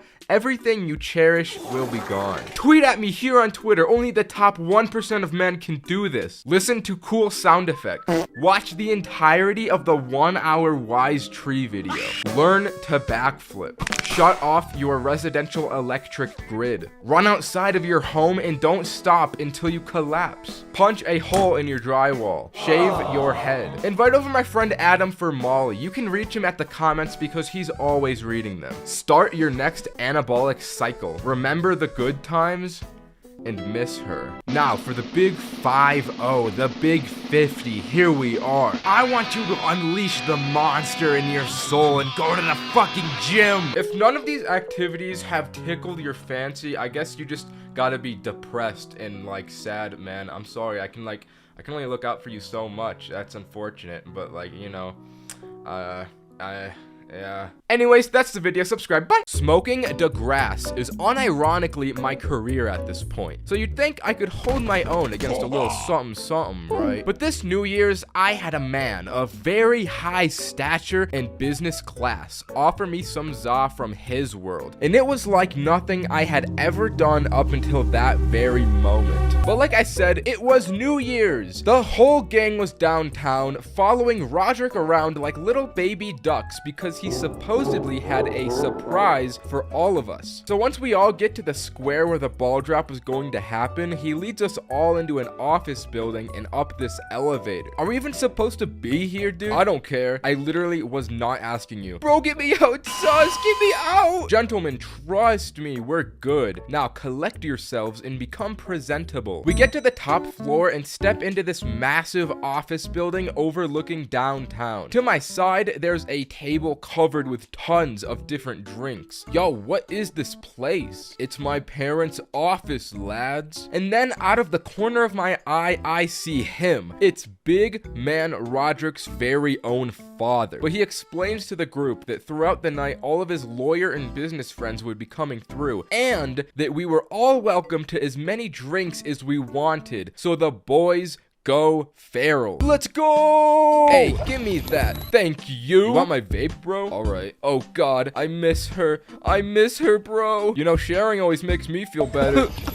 Do not fret. Cameron was the sober man that would be taking us all home this night. We were all being very responsible. So we all start opening the office windows and yell nonsense at random pedestrians. Before we know it, the place starts to fill with lawyers. The group breaks up, and in the presence of all of these high-value individuals, I taught some guy's wife how to floss. 10 p.m. was closely approaching, which meant that the first ball drop was about to happen before the real one at midnight. We all link up, look out the window, and despite this not even being the real New Year's celebration, the streets are filled with swarms of people. As we all marvel at this horde, we see a familiar face standing outside. It was our boy Tony. We need to go out there. So we all run down the stairwell and out the back exit, but as we left the door, we ran past one of the big dog lawyers that I had recognized seeing upstairs, and he was smoking something. So I made a mental note before joining the crowd. We gave Tony monumental greetings until ball drop time was about to happen. We all run to the center of the crowd, bust down excellent style for a few minutes until returning back to the lawyer office, stench and sweat covered from all of that bussing. Back up the elevator, I lead the squad into a small conference room and explain to them, boys,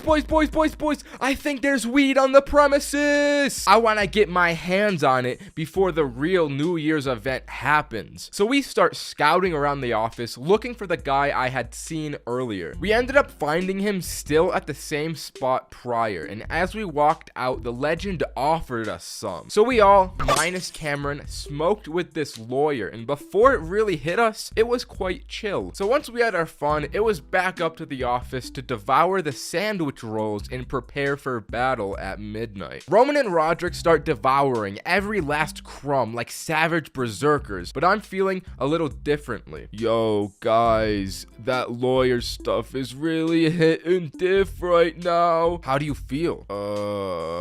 I'm gonna go to that conference room again. So I'm sitting in the conference room alone. On the floor, I find a bunch of strings and start assorting them from longest to shortest. These two women walk into the room like, What are you doing? I'm playing with strings to stay alive. And that's all I remember out of that interaction. There was this dude that also came in as well, and he talked to me for like 5 minutes, but I have no memory of a word he said. Eventually, Cameron and Adam came into the room. Bro, we lost Roman and Roderick. Lamau. Do you need to go home, dude? Yeah. Alright, bro, we'll try and call them. And about 18 phone calls were made to Roman's phone, and not one was answered. Cameron and Adam decided they'd face the New Year's storm out in the streets to look for the two, while I stayed up in the office, so they moved out. It didn't take long for me to get bored of sitting in this conference room, so I get up and leave to look out the window and watch the ball drop from there. As I'm staring out this window, I eventually do see Roman and Roderick out there going crazy in the square. I watch them for a few minutes until Roderick walks away to get drinks from a bar or something. So Roman's out there all alone. Then there's this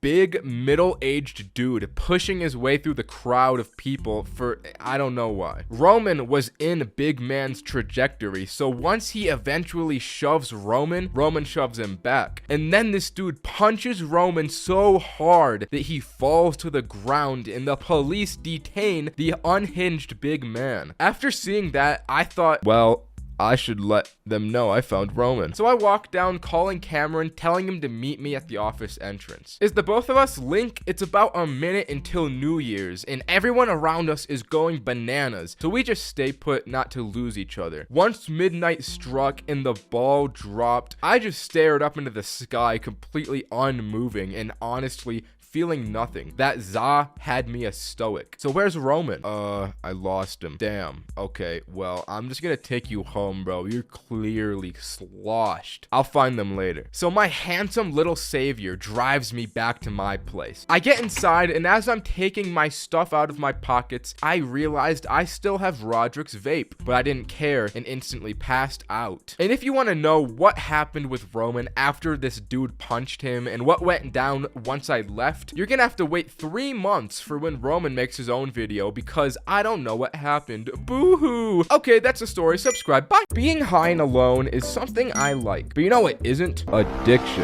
And if you're watching this video, there's a 99% probability that we share the same addiction, and that's short form content. I go on these jaunts just about every non-consciously waking moment of my life. So this particular night of me being high and alone served to free me of this terrible addiction, because every time I opened short form content throughout the night, I made myself eat an extra edible in an act of hopefully stopping my addiction. But it only kinda worked. Here's what happened. Right off rip, after eating this gummy, I cleaned my entire house. I was an unstoppable force of cleanliness off these gummies. But afterward, I quickly went back to my addiction. Not YouTube Shorts, I mean gambling. This is gonna be huge. I'm gonna open a freaking case, dude. Holy crap.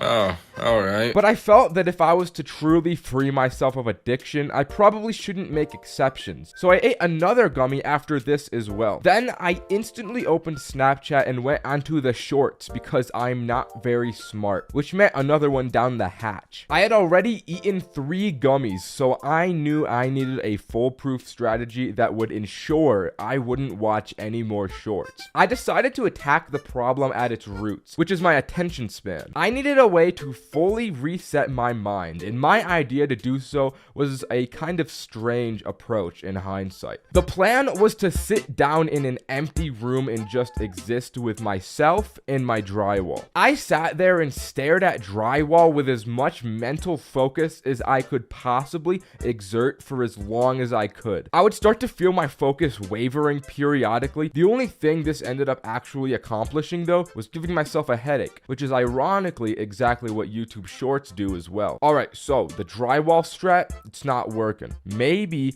I just watch full-length YouTube videos instead.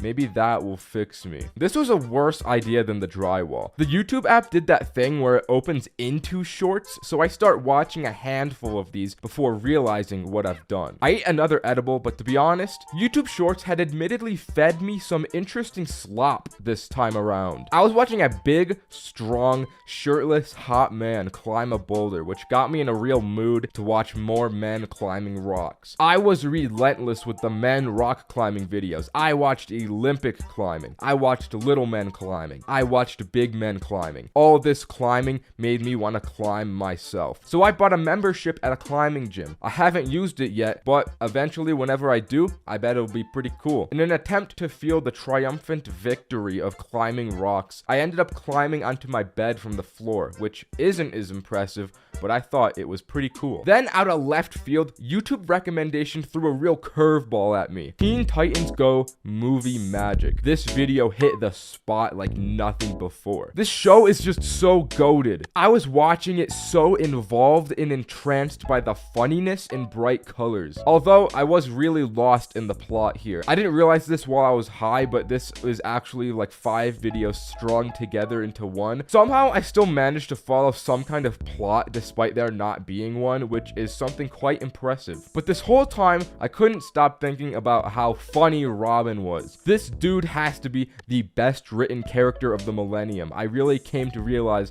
the delicate intricacies of his character here. The only downside of this show is that it's bright and fast and really cool. Just like everything else, it was bad for my attention span. I needed to find some other method to fix myself. I search on Google how to slow attention span and find this article. After reading it, at the end, they recommend behavior therapy, which I don't need. So the article was shit and it didn't help me at all. Considering that the other things in this article were chewing gum and drinking water, I came to realize after reading this that I'm actually doing everything perfectly and optimally for fixing my attention span, if that's really all it takes. I guess I'm just left to live in torment and evil constantly. Afterward, I went down a massive YouTube rabbit hole, so I'll just give you some of the good ones before I went bye-bye sleep time for the night. And trust me, the last one will change something in you. So I watched how to turn a Lego man into meth. Then I watched pirate videos about how to be pirates. Those ones were pretty sweet. I learned how to become the Pope. I watched this video and legitimately did not listen to one word for the entire 30 minutes. I watched for an hour about the Napoleonic Wars. I've never given a squat about history at all in my life, so I don't know why I watched this, but it was interesting. I found out how to board an airplane. Then I watched a ton of these kid gaming videos and they went so hard. But the biggest video I watched was this one. This video is something special. Anyways, subscribe. Many moons ago, when I was merely a supple young weed smoker, I was ignorant of the powers Thanksgiving Day holds. When the abundant load of yummy food comes face to face with a growing boy cracked off 2 guaps in a blinker, things get ugly. The gravy, the mashed potatoes, the stuffing, good big Lord above. Do not get me started on them cobblers. Dear gods, I will bust. But along with the excellence of Thanksgiving feasts, the price you pay is the difficulty of communication. With likely most of your family around, the danger levels are high. One slip up and you'll get the belt in front of everyone and have to sleep outside in the doghouse while it rains. Luckily, during my first rodeo, I developed strategies and tactics and moves to avoid my high being detected. So here's the story of that. It was the big day and all my family were just about prepared to eat the yummy foods. As a pubescent gamer boy, high schooler, dork, loser with nothing going for me, I wasn't downstairs with them. I was locked in my bedroom, grinding Destiny with the only distant family member that we all know. It was the cousin, the top G of Thanksgiving. He hits me with the classic, "Hey, let's go for a little walk before we eat." But my arrogant ass didn't know this code at the time, so I'm like, No, I want to keep playing Destiny. so he shows me he's got that stizzy on him. Big cuz came to my crib with the strap and I go primal. Ooh, gimme. Bro, I need the weed so bad. I haven't smoked in 3 millennia. All right, let's go on that walk then. We go downstairs, walk past my entire family, and I'm thinking, oh, they have no clue what I'm gonna do. All right, guys, we're gonna go on a quick walk. Yeah, a real quick one. We head down a few blocks and cuz starts chafing the stizzy blinker after blinker like he weddy on the check. Like he's got 50 perks on the line and he's down a guap. No remorse for his soul and humanity. Bro smoked himself hollow like I've never seen before. After a display like that, I felt the need to do at least something that holds a candle to it. So I hit the stiz on God mode and I get sent out of my body. All that training had paid off because I sucked the souls out of this pen like a Division 1 football player. We have to get home since dinner was soon, but as we head back, I can't walk straight or keep my mouth shut. I'm laughing at literal nothing, staring down at asphalt and laughing. My cousin tries to bring me back into sanity by looking me in the eyes and saying, "You gotta get a grip, man. You can't be like this in front of everyone. It'll be way too obvious." Nah, you got it all wrong. I got this. Trust me. When we get in there, I won't slip up. As we walk through the front door, I get hit with the real-life mental version of the Vine boom sound effect. I was too high to think through the danger I had walked myself into, and I knew I could hardly speak.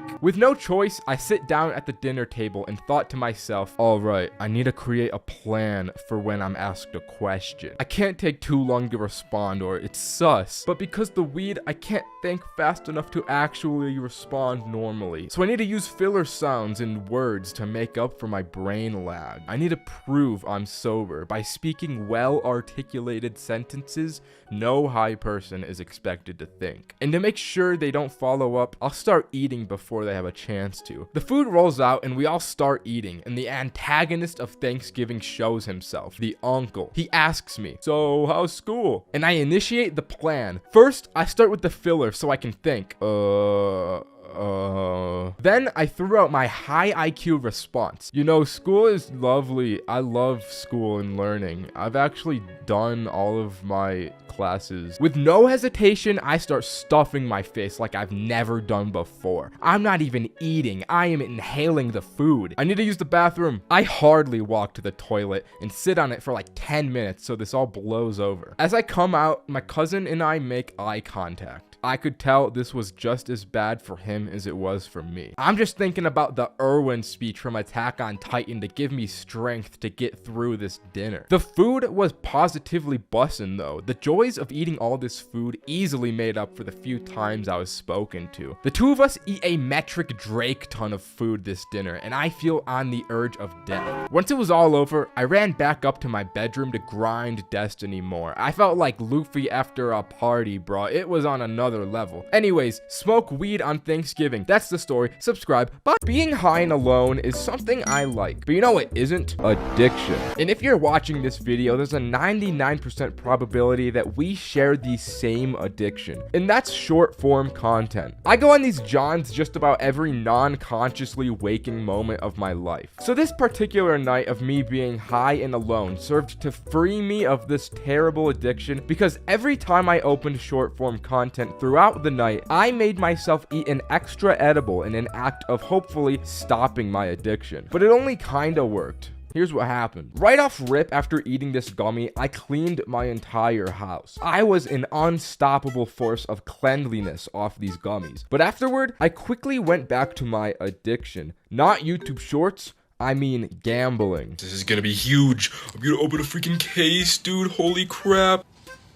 Oh, alright. But I felt that if I was to truly free myself of addiction, I probably shouldn't make exceptions. So I ate another gummy after this as well. Then I instantly opened Snapchat and went onto the shorts because I'm not very smart, which meant another one down the hatch. I had already eaten 3 gummies, so I knew I needed a foolproof strategy that would ensure I wouldn't watch any more shorts. I decided to attack the problem at its roots, which is my attention span. I needed a way to fully reset my mind, and my idea to do so was a kind of strange approach in hindsight. The plan was to sit down in an empty room and just exist with myself and my drywall. I sat there and stared at drywall with as much mental focus as I could possibly exert for as long as I could. I would start to feel my focus wavering periodically. The only thing this ended up actually accomplishing though was giving myself a headache, which is ironically exactly what YouTube Shorts do as well. Alright, so the drywall strat, it's not working. Maybe I just watch full-length YouTube videos instead. Maybe that will fix me. This was a worse idea than the drywall. The YouTube app did that thing where it opens into shorts, so I start watching a handful of these before realizing what I've done. I ate another edible, but to be honest, YouTube Shorts had admittedly fed me some interesting slop this time around. I was watching a big, strong, shirtless, hot man climb a boulder, which got me in a real mood to watch more men climbing rocks. I was relentless with the men rock climbing videos. I watched Olympic climbing. I watched little men climbing. I watched big men climbing. All this climbing made me want to climb myself. So I bought a membership at a climbing gym. I haven't used it yet, but eventually whenever I do, I bet it'll be pretty cool. In an attempt to feel the triumphant victory of climbing rocks, I ended up climbing onto my bed from the floor, which isn't as impressive, but I thought it was pretty cool. Then out of left field, YouTube recommendation threw a real curveball at me. Teen Titans Go movie magic. This video hit the spot like nothing before. This show is just so goated. I was watching it so involved and entranced by the funniness and bright colors. Although I was really lost in the plot here. I didn't realize this while I was high, but this is actually like 5 videos strung together into one. Somehow I still managed to follow some kind of plot despite there not being one, which is something quite impressive. But this whole time, I couldn't stop thinking about how funny Robin was. This dude has to be the best written character of the millennium. I really came to realize the delicate intricacies of his character here. The only downside of this show is that it's bright and fast and really cool. Just like everything else, it was bad for my attention span. I needed to find some other method to fix myself. I search on Google how to slow attention span and find this article. After reading it, at the end, they recommend behavior therapy, which I don't need. So the article was shit and it didn't help me at all. Considering that the other things in this article were chewing gum and drinking water, I came to realize after reading this that I'm actually doing everything perfectly and optimally for fixing my attention span, if that's really all it takes. I guess I'm just left to live in torment and evil constantly. Afterward, I went down a massive YouTube rabbit hole, so I'll just give you some of the good ones before I went bye-bye sleep time for the night. And trust me, the last one will change something in you. So I watched how to turn a Lego man into meth. Then I watched pirate videos about how to be pirates. Those ones were pretty sweet. I learned how to become the Pope. I watched this video and legitimately did not listen to one word for the entire 30 minutes. I watched for an hour about the Napoleonic Wars. I've never given a squat about history at all in my life, so I don't know why I watched this, but it was interesting. I found out how to board an airplane. Then I watched a ton of these kid gaming videos and they went so hard. But the biggest video I watched was this one. This video is something special. Anyways, subscribe. Unintentionally getting high for 3 consecutive days. This happened back when I lived with roommates. I had one roommate that would always buy those storage jars to put his food into. Unknowing to me, he had a jar of very special gummy bears that would sit on the kitchen counter in full view from anywhere in the living room. These special gummy bears, due to the jars he would put them in, were completely unmarked and proceeded to make me become an unknowing victim to their powers for the next 3 days. So I woke up at 5 a.m. like the champion beast trailblazer I am. I got my pre-workout and went out to drink it in the living room. This was when I first laid eyes on the gummy bear jar. I thought one little bear wouldn't hurt, so I eat it, drink the pre-workout, and drive to the gym. A little bit into my workout, I'm starting to feel sloshed. Damn, the pre-workout really hitting today. Sheesh, I feel like Charizard. But then it starts to get worse. I'm doing these curls like 1, 2, 4, 2, 3, 6. I just can't count correctly. My mind is all scattered. I started to realize something was really off when I got on the treadmill and ran 3 miles without feeling a shred of fatigue. I was just in a mental trance the entire time I ran. I go into the locker room, and while I sit here finally with a moment to myself, I realize I probably should not drive myself home. I had to wake up the boy Roman to pick me up and also bring someone else to take my car back because I felt crazy. He pulls up with Cameron and the operation is followed through. Are you alright, man? Yeah, I just feel different, but